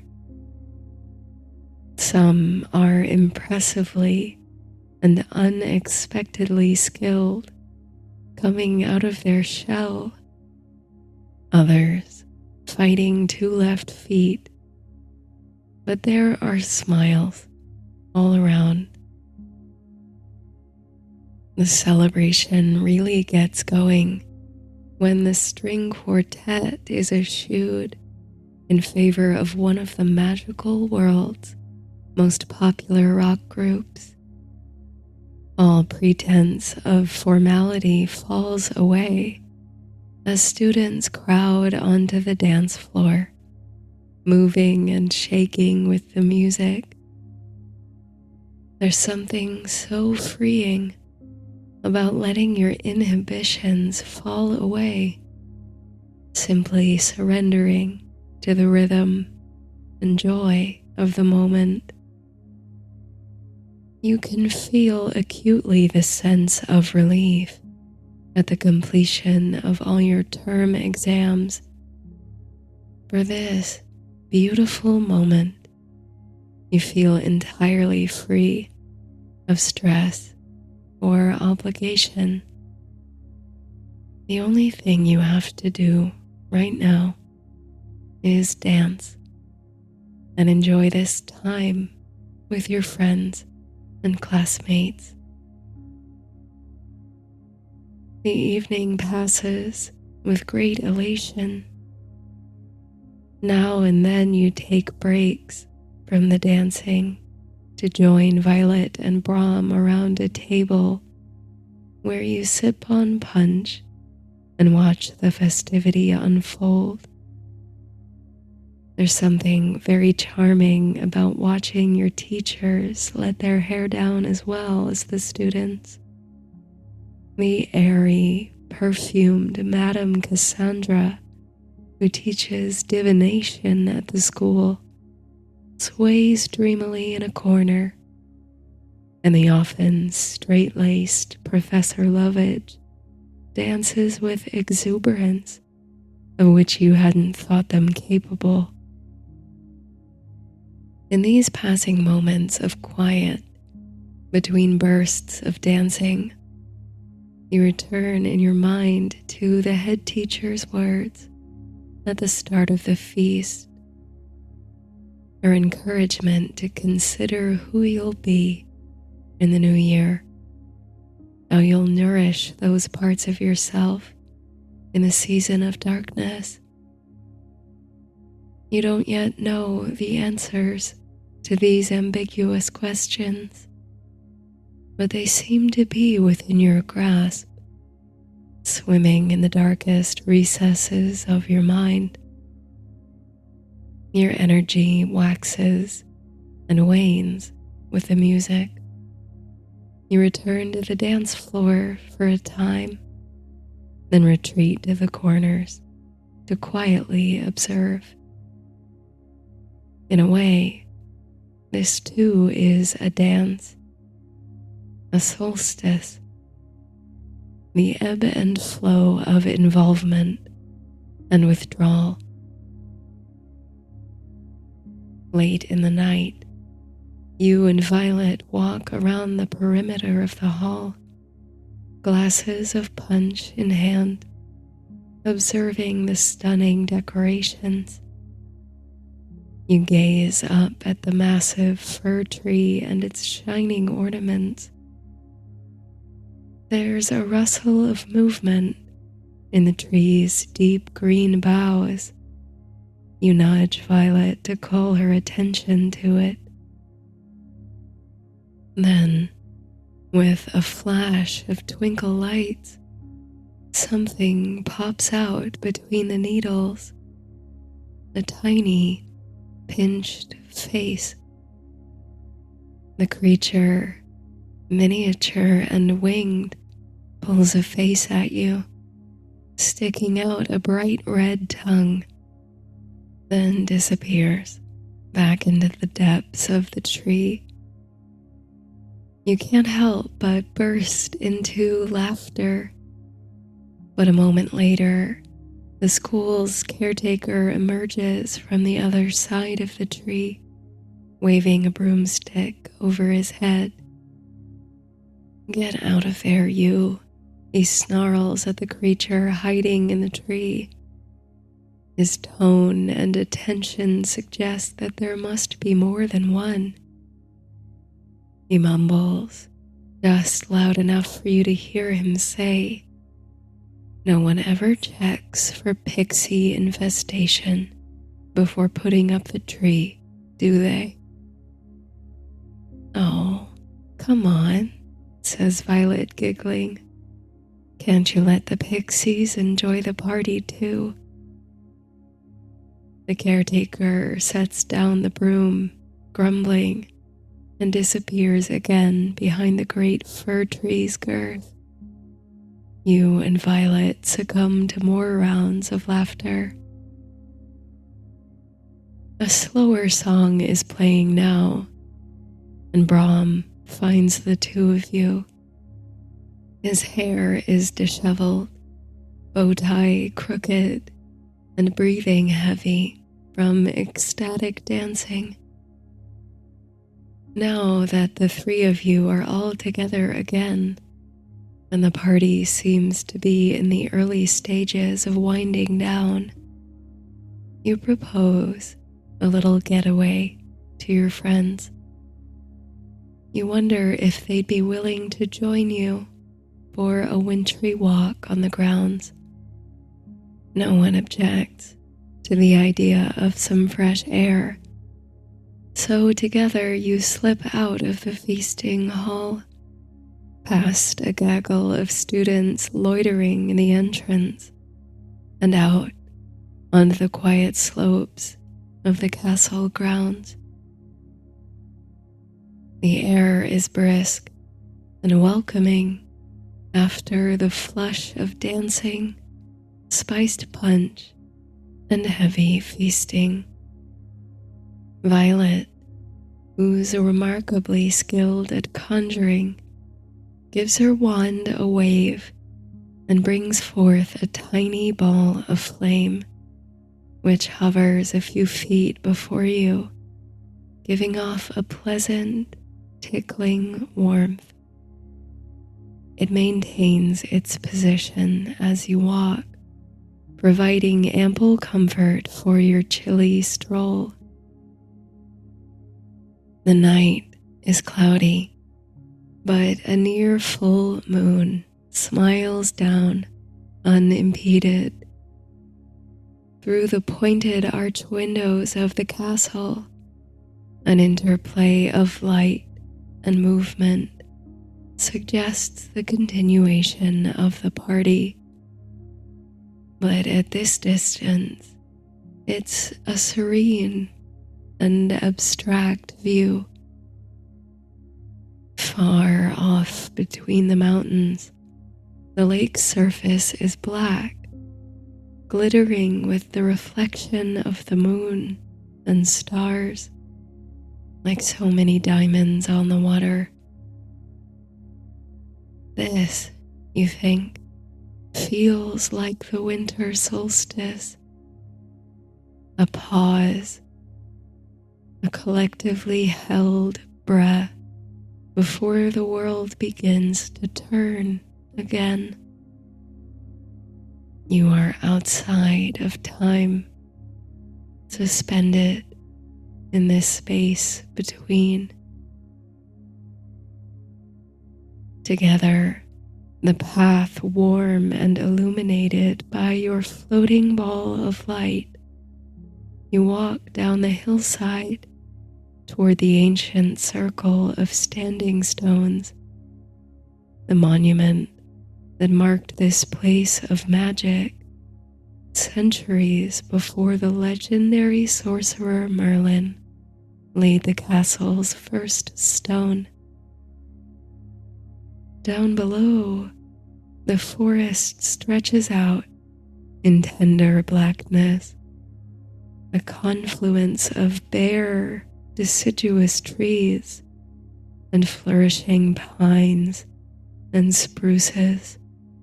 Silver foliage stands out against the darkness, shimmering in the moonlight.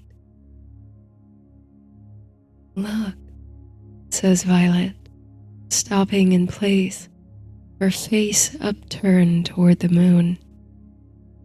"The clouds," she says. You and Brahm look up to the sky, where indeed the clouds are remarkable. Where before they were streaky and thin, now thick, billowing clouds roll in, pluming and expanding gracefully across the moon. The effect is altogether mesmerizing, as the clouds swell with shades and layers of gray, and with such swiftness. The three of you find your gazes locked on the spectacle, the unfolding of vapor away above the lake and mountains. And perhaps it's only your state of mind, the spell of the solstice, the sense of hanging on the edge of time between the spokes of the wheel of the year. But it seems to you that otherworldly shapes are forming in those clouds. They shift and shatter, merging and reforming before your eyes into cloaked and starry figures, bearing lanterns and shields, and riding atop great stallions. Indeed, you can almost hear, above the gentle breeze and rustle of the trees in the forest, the thundering rhythm of the hooves. It's as if a great procession, an ethereal pageant, is journeying now across the sky. You watch, enwrapped, as the clouds expand and contract, revealing the shades of a mounted party. A shiver of excitement runs down your spine. The air feels alive here within the circle of stones. And then, in the empty, dark spaces of night, between the clouds and the rocky hillside, something changes, as if a great sigh is released. and twirling in the black, bouncing on the wind. Down come the first snow flurries you've seen all year. Those spectral horses thunder on between the snowflakes, as if briefly passing through the shimmering curtain between your worlds and back again. It all unfolds in what might only be moments, but it seems as if you're frozen on the spot for many hours, watching. The snowflakes pass dizzily through the light of your enchanted bauble, melting in thin air from its heat, so that this space between the standing stones remains untouched by the kiss of snow, while powder accumulates elsewise all around. Only a small dusting, of course, which will likely dwindle before morning, but to be, perhaps, the only ones to witness its arrival feels exhilarant. In time, as your breath becomes more visible on the air and the chill sinks in despite the glowing ball's efforts, you and your friends decide to make your way back up to the castle. As you pass through the entrance hall toward the grand staircase, you glance into the feasting chamber, where the revels have died down considerably. Only a few pairs still sway slowly on the dance floor, and the music, muted, lilts in what's almost a lullaby. The warm air inside the castle induces a pleasant tranquility after your invigorating walk. With only light conversation, you, Brom, and Violet make your way up the staircases toward the dormitory, ready to turn in for the night. When you arrive in the common room, though, it's clear that the evening isn't over for everyone. There's a festive, yet subdued atmosphere about the place, and a tinkle of music greets you upon entry. The fire still roars in the grand fireplace, and students sip on hot drinks while draped over the furniture or perched on cushions by the hearth. Wendell Price, whom you know to be on the shy side, is seated at the dusty old piano in the corner of the chamber. You can't remember ever hearing it played before, but it sounds to be remarkably in tune.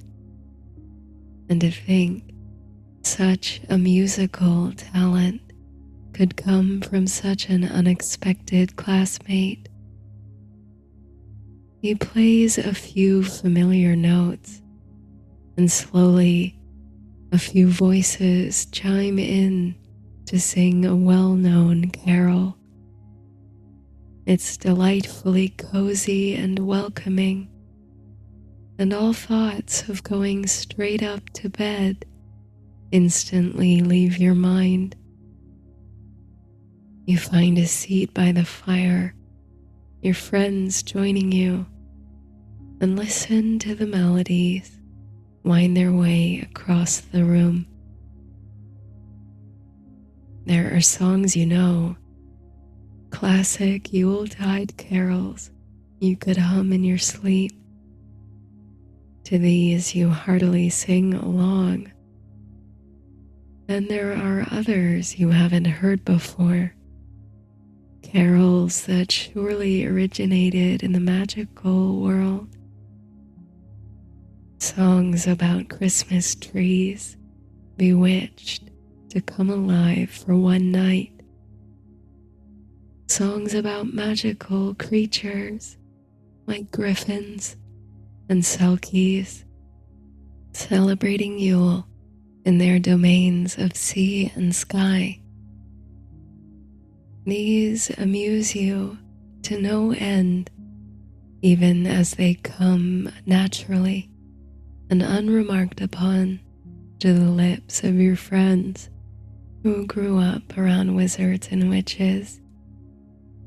You feel very much at home in this company. Anything that might once have held a distance between you and your housemates now melts away in the light of the fire. Tonight, you've danced and sung together, feasted at the same table, and celebrated under the same stars. Not all families are born. As the hour grows late, students split off bit by bit from the gathering of wassail singers. Soon enough, you too are overcome by the desire for sleep. The last part of you that longs to remain in this eerie, suspended time state of solstice succumbs, and you climb the stairs to your dormitory. You smile when you see the garlands and lights that adorn the beds and windows. In all tonight's revelry, you'd forgotten all about it. You change into comfortable pajamas, tossing your formal wear aside. Tenderly, you climb into your four-poster bed and draw the canopy curtains closed, shrouding yourself in darkness.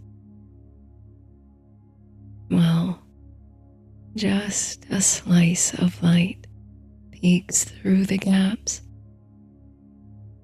a reminder of the return of the sun and the enduring nature of light, even on the longest night of the year. You surrender to sleep with the distant melodies of a once unfamiliar song drifting through your head. In your dreams, you ride on the back of a great galloping horse made of clouds and snow and starlight. You're not alone. All around you are a dozen or more riders, their voices proud and full of song. Your friends, your family. Together, you make your celestial sojourn across the night. The sun, lazy still, cannot catch you.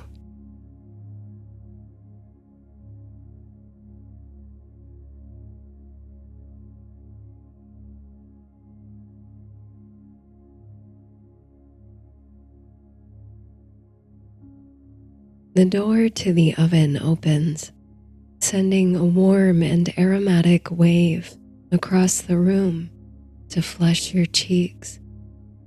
Your grandmother, with her gingham oven mitts, pulls 2 baking sheets from the hot oven and fans them to start cooling them down. and the smell is simply heavenly. There's ginger, of course, at the head of it all, but the warm, malty molasses brings sweetness to the spice. Cinnamon, allspice, and clove waltz with the uplifting vanilla. It's true what they say, that scent can unlock memories better than any other sense. As you inhale, pictures dance through your mind, the faces of family and loved ones, snuggly evenings by the fire, warm bubble baths after hours playing in the cold snow. To you, nothing says home like fresh baked gingerbread. The days are getting much shorter. It's hardly 5 o'clock in the afternoon, and already it seems that night is nipping at your heels. Outside the kitchen window, the sun is making its final descent in the sky, casting pink and orange swirls across the sky like sherbet, the fluffy clouds like dollops of whipped cream. It looks good enough to eat, you think. It's a tradition in your family to bake and build a gingerbread house together, all from scratch. You've always been strictly on decoration, spreading the icing, sticking on the gumdrops. But this year, for the first time, your grandmother brought you into the kitchen while she whipped up the cookie dough. You watched her cream the butter and brown sugar. She even let you pour in the molasses, which was mesmerizing to watch as it pooled in ribbons in the bowl. You tried to take notes in your head of the proper ratio of spices and the perfect time to add the secret ingredient, finely minced, crystallized ginger. But grandmother laughed as she observed your look of keen concentration. There was no need, she insisted, to think so hard about it. She's been making this recipe for so long, it comes naturally to her. But not to worry. Everything's written down on a recipe card she'll give to you. And besides, she assured you, while it's necessary to master certain techniques and to get particular ingredients in the exact right amount, no recipe is truly great without an opportunity to improvise, to put a little of your own creativity into the baking. Gingerbread is equal parts science and art, she said, tapping her forehead with a playful grin. She followed this with a whispered encouragement to lick the spoon, if you like. Together, you rolled out the dough thin and cut it into precise rectangles and triangles, perfect for assembling a strong gingerbread house. Once it comes out of the oven, it's clear to you that the baking was a success. The gingerbread settles and cools on the counter as your grandmother guides you in whipping up a royal icing. Then, with armfuls of gumdrops, marshmallows, and starlight mints, you follow her to the kitchen table where your young cousins are giddy with excitement to begin the assembly. Constructing the house out of gingerbread so that it stands up and all the pieces fit together, that is science. but everything else is art. How to pipe the icing on the roof to look most like shingles or blankets of snow. Where to place the little decorative candies for the most dramatic flair. Dozens of tiny fingers reach for chocolate kisses and marshmallows, some of which actually make it onto the gingerbread house, the rest of which disappear surreptitiously into little bellies. Of course, there are good-natured arguments among the cousins as to how the house should look, but in the end, everyone has a chance to make their mark. It may be rustic in its construction and extravagant in its decoration, but this little cookie cottage could not look more inviting, you decide. And it's even more special for the myriad efforts of the family and the pride in all faces round the table. A simmer pot on the stove fills the house with the cozy aroma of warm sage, bright cranberries and oranges, and spicy ginger and cinnamon.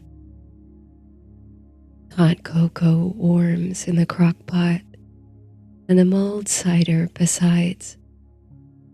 These are ladled into mugs and placed in hands as a fire is made in the hearth. The family gathers beside the fire, which crackles and sparks in a gentle lullaby. From your cushion, wrapped in a flannel blanket and clutching your steaming mug, you can see the gingerbread house exalted upon the table with the moonlight falling over it from the window. In this light, even in all its childlike adornment, it might be a real cottage at the end of a storybook lane, a sweet, welcoming home for wanderers in the snow. With hot drinks on your lips and the fire murmuring beneath a wisp of festive music, someone shares a family memory from many years ago. The story, oft told at gatherings like this, is so well known that even the youngest among you could recount it, and yet it never grows old or tiresome. It brings a well of joy to your heart and smiles to all the rosy faces around the fire. Soon, this single story opens the doors to countless reminiscences, recollections of family legends, remembrances of loved ones who aren't present tonight, and celebrations of those new friends, partners, and children who have come into the family in recent years. Stories of the places sacred to your family, the old houses which, though the faucets leaked and the bedrooms were drafty, held such profound meaning and memory to those who lived and visited there. The favorite parks and playgrounds where you learned to ride bikes without training wheels. The gardens where you searched for gnomes and left gifts for the fairies. There is a secret language shared by every close-knit family, a labyrinth of symbols and signals that bind you together, weaving a mythology out of memories. You feel immeasurably safe here, surrounded by people who know your truest self and love you even more for it. Your eyelids sink and your body settles into a fuzzy, natural warmth. You could drift off to sleep right here, you think, on the hearth rug, and be perfectly happy. As the fire dies down in the fireplace and stars begin their twinkling dance outside the frosty window panes, the evening comes to a natural close. Your grandmother covers the gingerbread house with a glass dessert dome, under which it resembles a fairy tale cottage in a snow globe. Along with your cousins, you slowly make your way upstairs, where each of you performs your personal bedtime ritual. The littlest among you are tucked in with bedtime stories, lullabies, and kisses. You sink into the plush blankets, still feeling the pleasant, golden spell of comfort wash over you. The moon shines in delicately through a small gap in your curtains, falling like spun silk across the bed. In the final moments of wakefulness, as your eyes fall closed, you picture the gingerbread house that now sits in the peace of an empty downstairs, with glittering snow globe flurries accumulating on its frosted rooftop. You slide into tranquil dreams of sparkling brooks through snowy forests. The sky is still dark when you find yourself stirring. This you can tell with a glance at the sheer curtains. But something in the quality of light has shifted. There's a silvery edge to it. You wonder at first if you've awoken just before dawn. You roll over in bed, settling into the warmest parts of the mattress and pulling the covers up to your chin. You close your eyes, hopeful that sleep will once again overtake you. But behind your eyelids, the allure of that silvery light spirals, beckoning. Your curiosity rouses, overruling your body's will to slide back into sleep. So you open your eyes once more and rise slowly from the bed. Parting the curtains, you discover the cause of the light's otherworldly shimmer. Your eyes brighten. Snow is falling. Indeed, it must have begun some hours ago, for the street outside your window is already blanketed with a few inches of powdery snow, piling in irregular slopes and drifts. The flakes fall in twirling clumps from the darkness of sky. Moonbeams slice through fluffy gray clouds to turn the landscape silver and opalescent.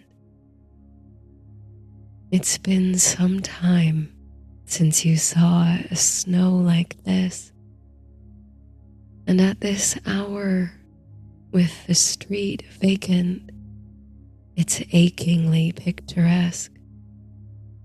Powder tops the streetlights, and flurries dance through yellow beams. It's a transfixing sight. The whole neighborhood suspended in time and snow, crystallized and peaceful under a muted moon. How soft and undisturbed looks the snow. How satisfying might it be to be the first to let your feet fall through it, letting it collapse and crunch beneath your boots. You can hardly wait for morning, when all your cousins will be awake and eager to throw snowballs and build little people out of snow. But for now, there's something magical about knowing you're the only one who sees this pristine spectacle. It's all delightfully yours. Carrying a spark of joy tempered by the warmth of extraordinary peace, you release a long exhale, dropping your shoulders and letting your face relax into a dreamy smile. You're ready to climb back into bed and shuffle back into the serene dream state from which you've just emerged. But as you turn from the window, you could swear there comes a warm light, one that's distinct from the street lamps, and a sound, too. A sound so specific and evocative that it's hard to believe you could have heard such a thing. But yes, there it is again, ringing in the night. The lively, rhythmic, percussive sound of jingle bells.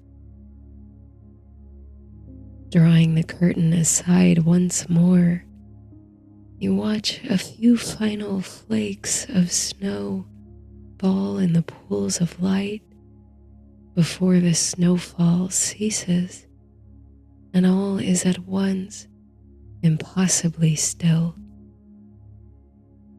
And now, in the absence of flurries, you can see clearly the houses on the other side of the quiet street.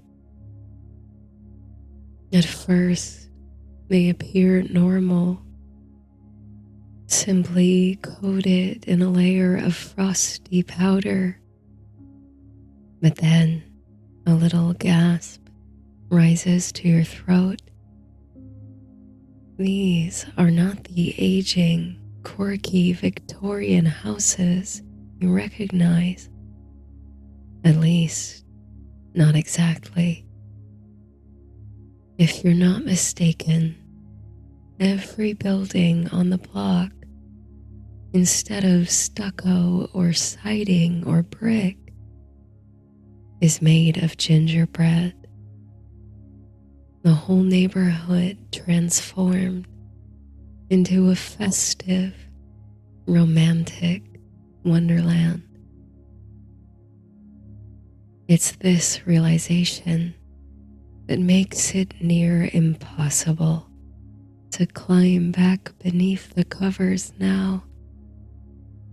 A miracle like this is something that must be explored.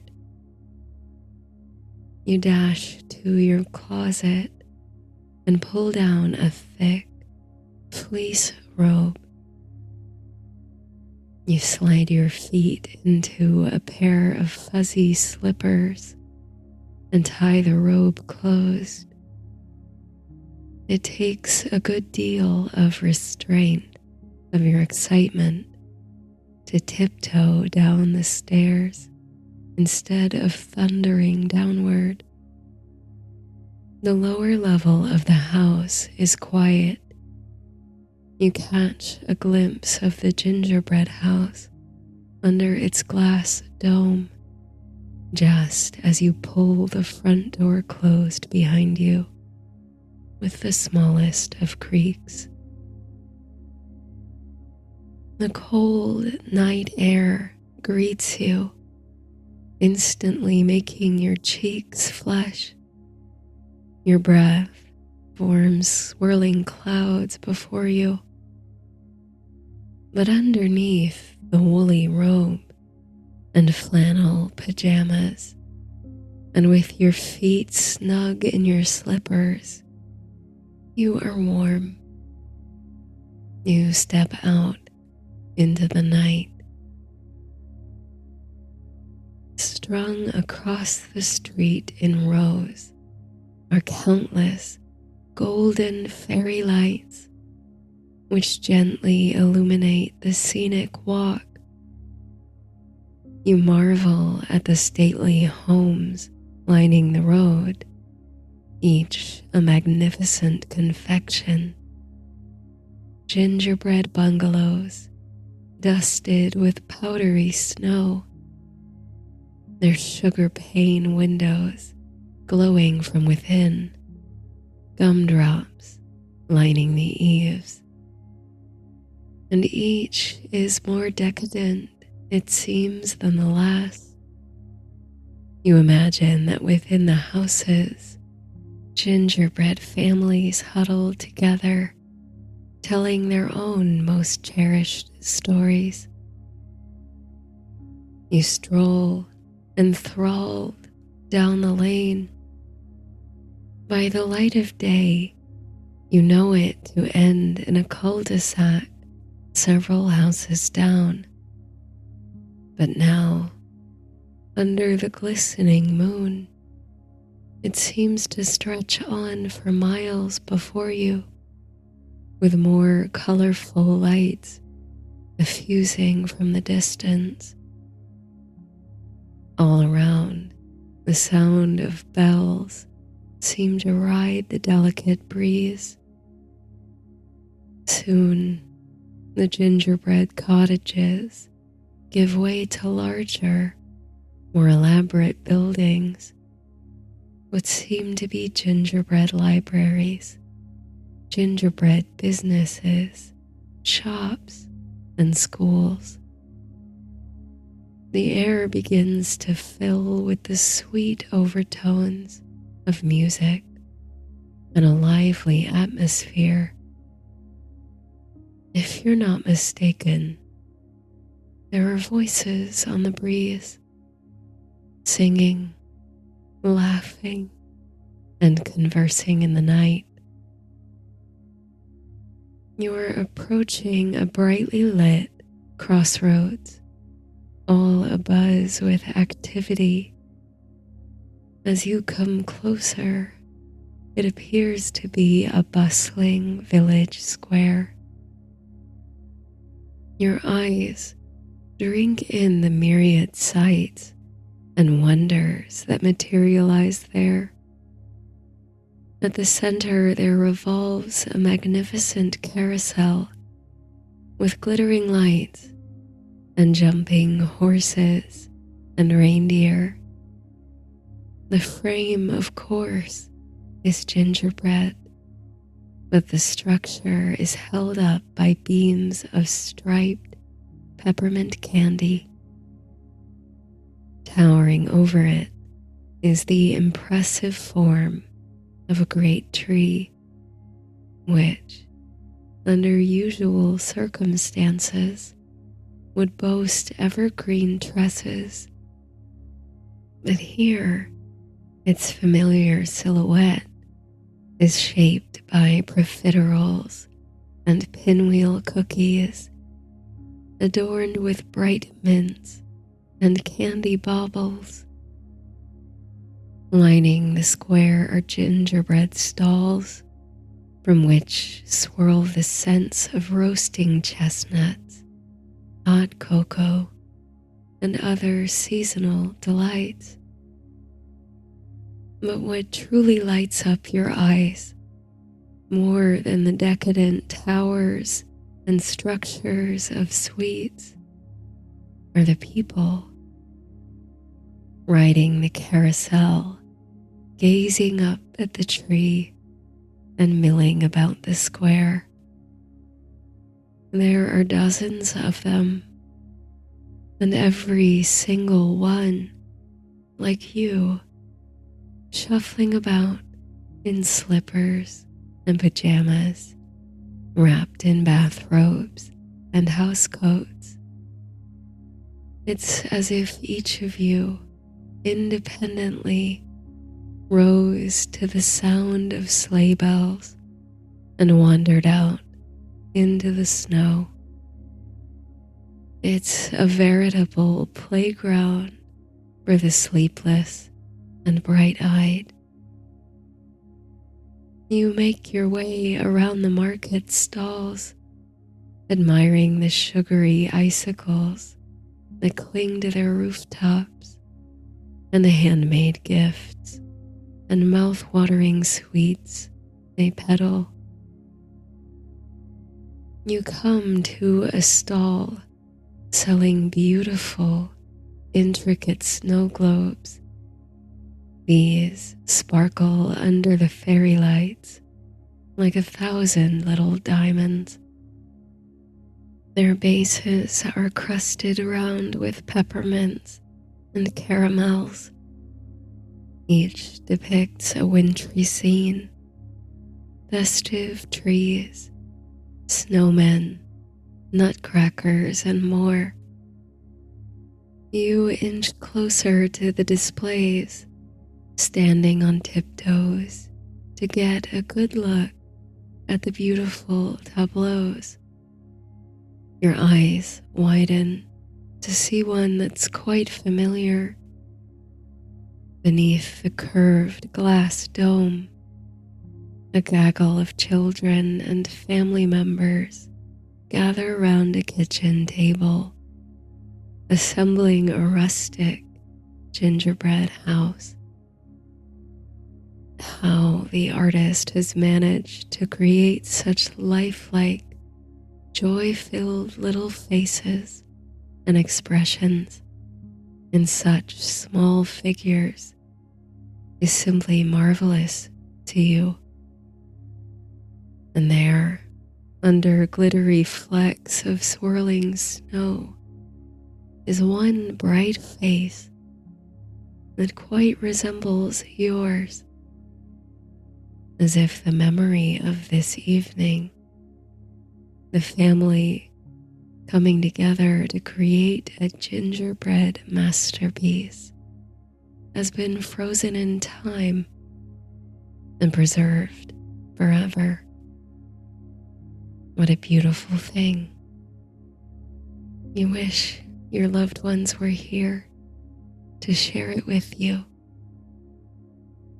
But perhaps you think you can bring it home to them. There's a kindly-looking man behind the counter at the stall. He's busy polishing the glass spheres of his magnificent creations. He peers over at you, transfixed by the uncanny resemblance of this snow globe to your own family. Found one you like, he says, a twinkle in his eye. Yes, you say. This one, it's funny, reminds me of. But you don't finish the thought aloud.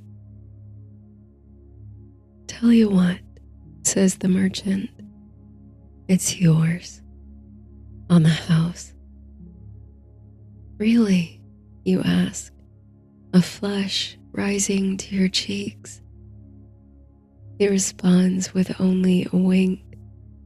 You pull the snow globe down from the display gingerly. It has a pleasant weight in your hands. Then you give it a good shake, and the speckles of sparkling snow rush upward in a dizzying spiral, then come fluttering down upon the scene. The merchant offers to wrap it up for you, to keep it safe. He rolls it in layers of snug brown paper, seals it with tape, then places it in a small green gift bag with ribbon handles. You thank him, still amazed at the gesture of generosity, and go on your way. You wind around the gingerbread carousel, admiring the leaping animals. Here you can see the varnished creatures in exquisite detail. Reindeer embellished with chocolate noses and licorice antlers. Horses with manes of candy floss. Unicorns and narwhals with candy cane horns. And you approach the spectacular tree, that imposing tower of bonbons spun with caramel and speckled with gumdrops and candied hazelnuts. When at last you've made a full circle round the village square, taking in all the honeyed splendor of it, your eyes turn to the darkened road that leads on from the lights. There's something that lies that direction, something that seems to tug at you, urging you to explore. In the hazy glow, you can just make out that the road, covered with snow though it may be, tapers off into a narrow walking path. You can't explain it, but you feel you must follow the path.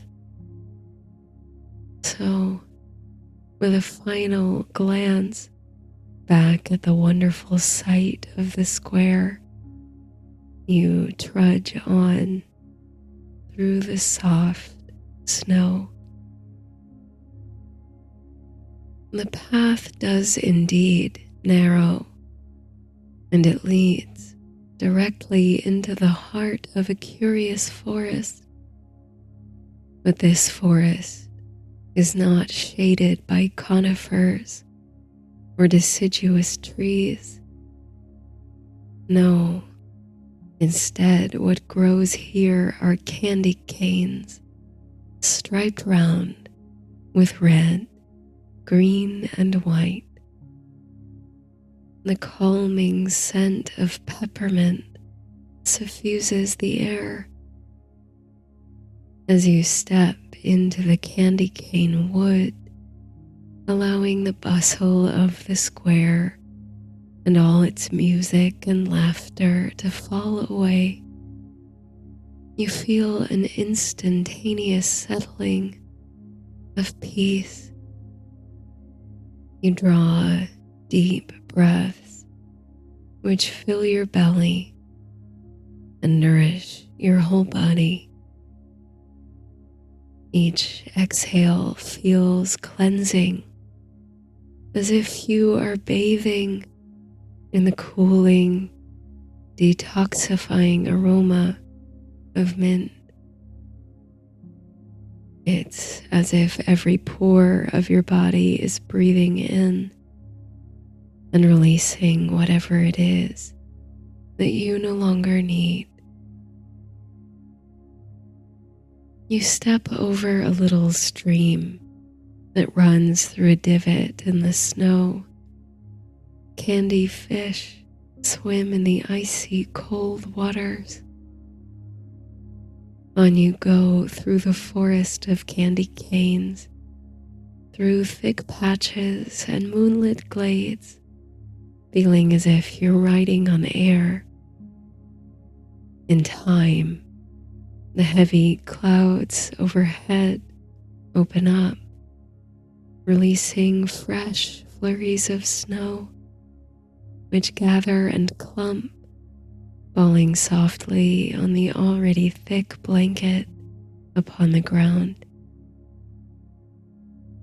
The snow accumulates upon the candy cane trees like little hats, and it falls with a barely perceptible plink upon your head and shoulders, more noticeably on your cheeks and nose where it melts. With a sudden impulse, you stop walking and turn your face to the sky, opening your mouth. You can see the snow spiraling downward in irregular patterns through the darkness, picking up the wind or meeting other snowflakes in a loving dance. A few flakes fall upon your outstretched tongue. They are sweet, like powdered sugar.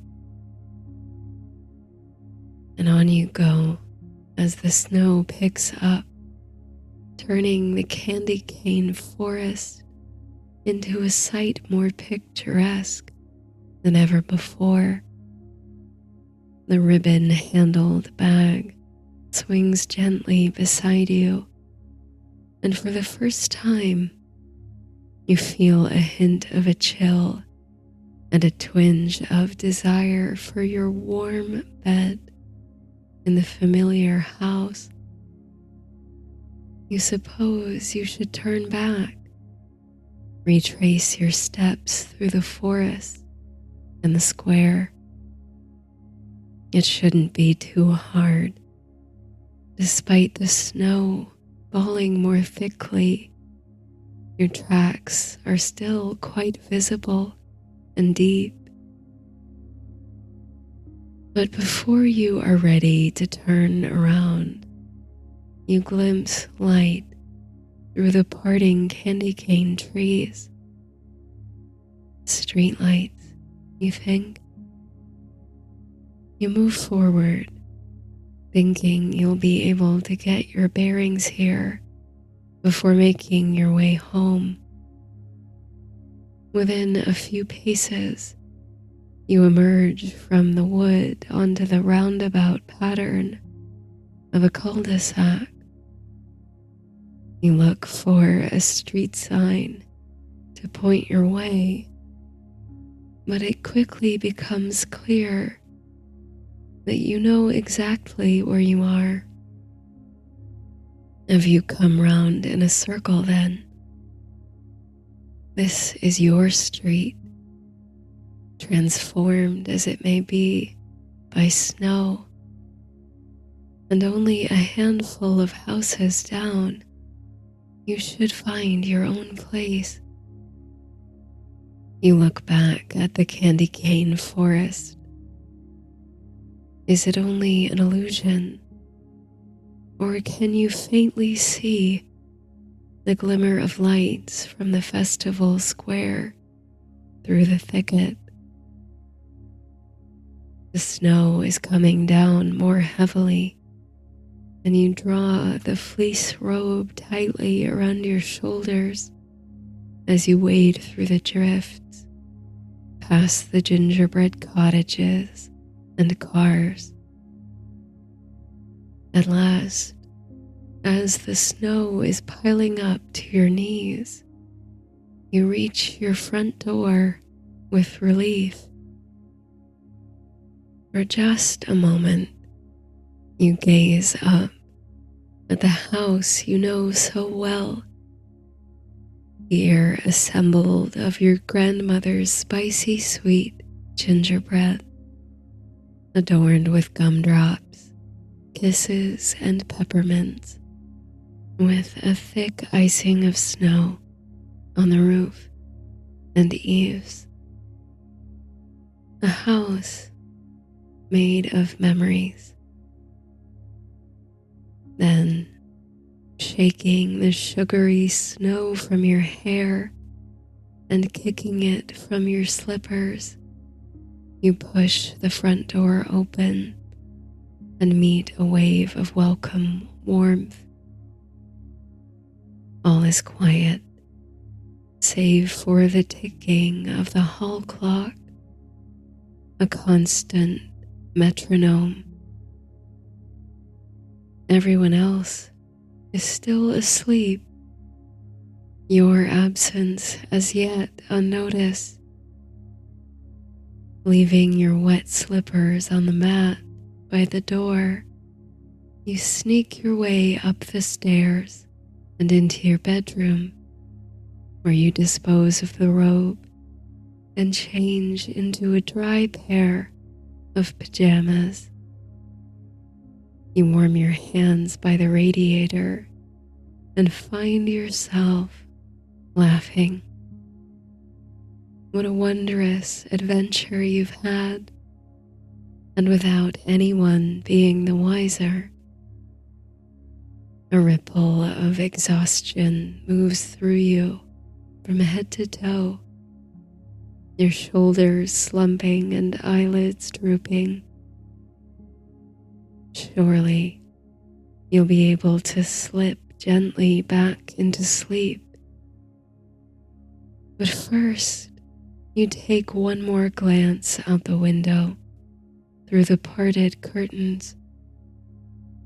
Snow is coming down so thickly, it's hard to see much, but you can make out the old Victorian house across the street. Gingerbread, gumdrops, and all.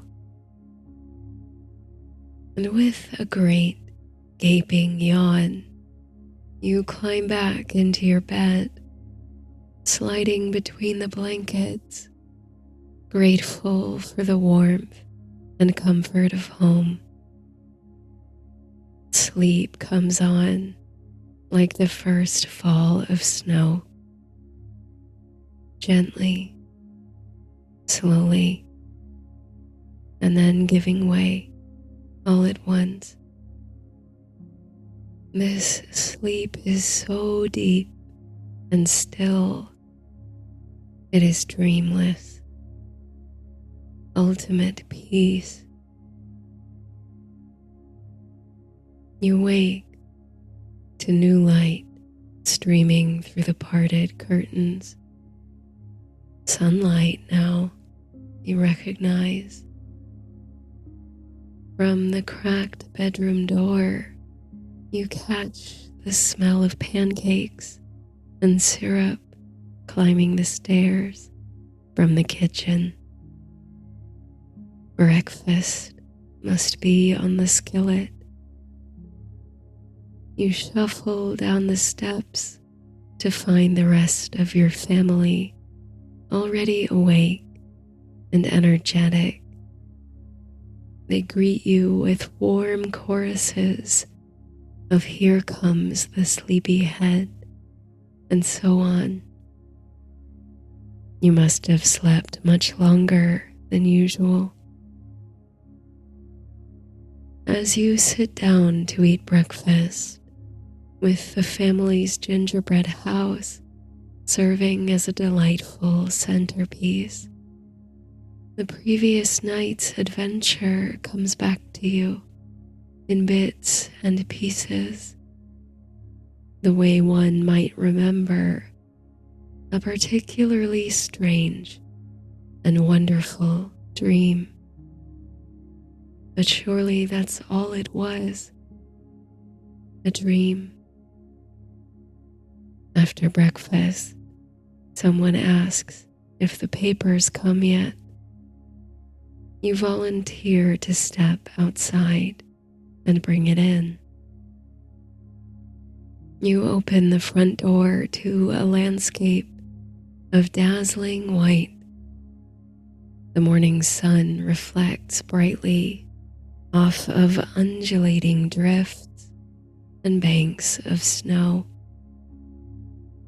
The cars in every driveway are all but obscured, and almost nothing is left uncovered. By the look of the street, no fresh treads or tracks, it's unlikely the papers come, so you don't bother to dig in the snow on the porch for it. But there is something sitting by the door. Your heart leaps when you see it. A small, forest green gift bag with ribbons for handles. Can it be? You wonder. You grasp the ribbons and bring the bag inside. Bit soon for gifts, isn't it? Comes your grandmother's voice. Who's that from then? You search for the words. You look to her face, smiling and sweet. The face that holds so many generations worth of memories. The rest of the family is gathered in the sitting room, discussing what to do today with all this snow. There's talk of sledding or of staying in to watch movies. You want to tell your grandmother where you were last night, if indeed you were anywhere but the land of sweet dreams. But instead you just say, "This is for you," and you hand her the bag. With a curious look in her eye, she reaches in and pulls out the tightly wrapped paper package. She removes the tape, revealing the elegant snow globe within. As she turns it over in her hands, you hear her utter the quietest gasp. She looks to you with tears in her eyes. You return a sheepish smile, then rush into her arms for the kind of hug only a cherished loved one can give. The snow settles softly outside, covering the whole world as far as you can see in silent sweetness. The little house rings with laughter and music, the sharing of memories and clink of cups. All the light within is golden, flickering through the sugar pane windows to the outside world. In here, time is suspended, stretched to make space for over-slumbering, leisurely breakfasts, hours of mulling spices, and long evenings by the fire. You are safe in your own little gingerbread house, a house of memories. Though the snow will melt and the family will once again disperse to all corners of the earth, coming back together anew at the same time next year, assuming new shapes and sizes, This moment will carry on, sparkling under glass, forever.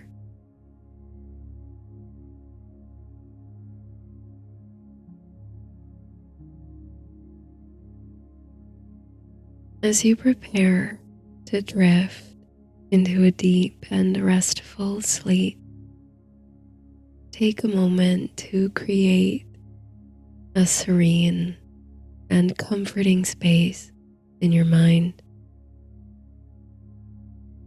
Begin by taking a deep breath in, filling up your belly with fresh, calming air, and exhale slowly, releasing any tension or stress from your body. Feel the weight of the day lifting off your shoulders with each breath in and out, sinking deeper into your resting surface. Soften the muscles of your face, relaxing your forehead, the space between the eyebrows, the temples, softening the eyelids, unclenching the jaw, and letting the tongue fall away from the roof of your mouth. Loosen the lips. Let your whole body relax, from the crown of the head to the neck and shoulders, the arms, the chest, the back, the belly, the hips, the legs. Just settling down here and breathing naturally, sending the breath to any areas that are still holding tension. Now bring to mind a specific happy memory. It could be a moment shared with loved ones,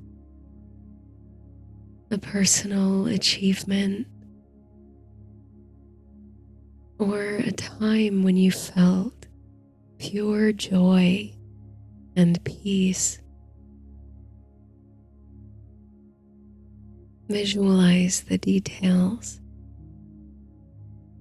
the colors, the faces, the emotions. Do you feel pride, contentment, coziness, love? Visualize the surroundings. What can you see, feel, taste, smell, and hear? Imagine this memory suspended in time, like a scene within a snow globe, with sparkling snow falling all around. How can you bring the joy of this memory into your dreams tonight? And how can you bring this joy into your waking life? How can you spread the same happiness to others? Let the positive energy from this memory envelop you, like a warm, comforting blanket. Feel the happiness and peace radiate through your entire being, filling you with a profound sense of contentment. Allow this positive energy to flow through you with your breath, releasing any remaining tension or worry.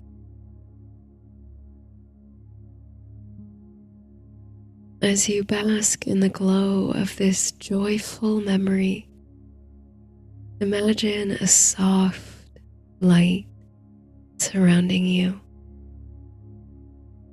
gently guiding you into a state of deep relaxation. As you continue to breathe, carry this sense of tranquility into your dreams, knowing that you are surrounded by warmth, happiness, and the promise of a restful night's sleep. Know that you are capable of feeling profound happiness and of sharing that with others in this life. Carry that light. Be that light. Sweet dreams.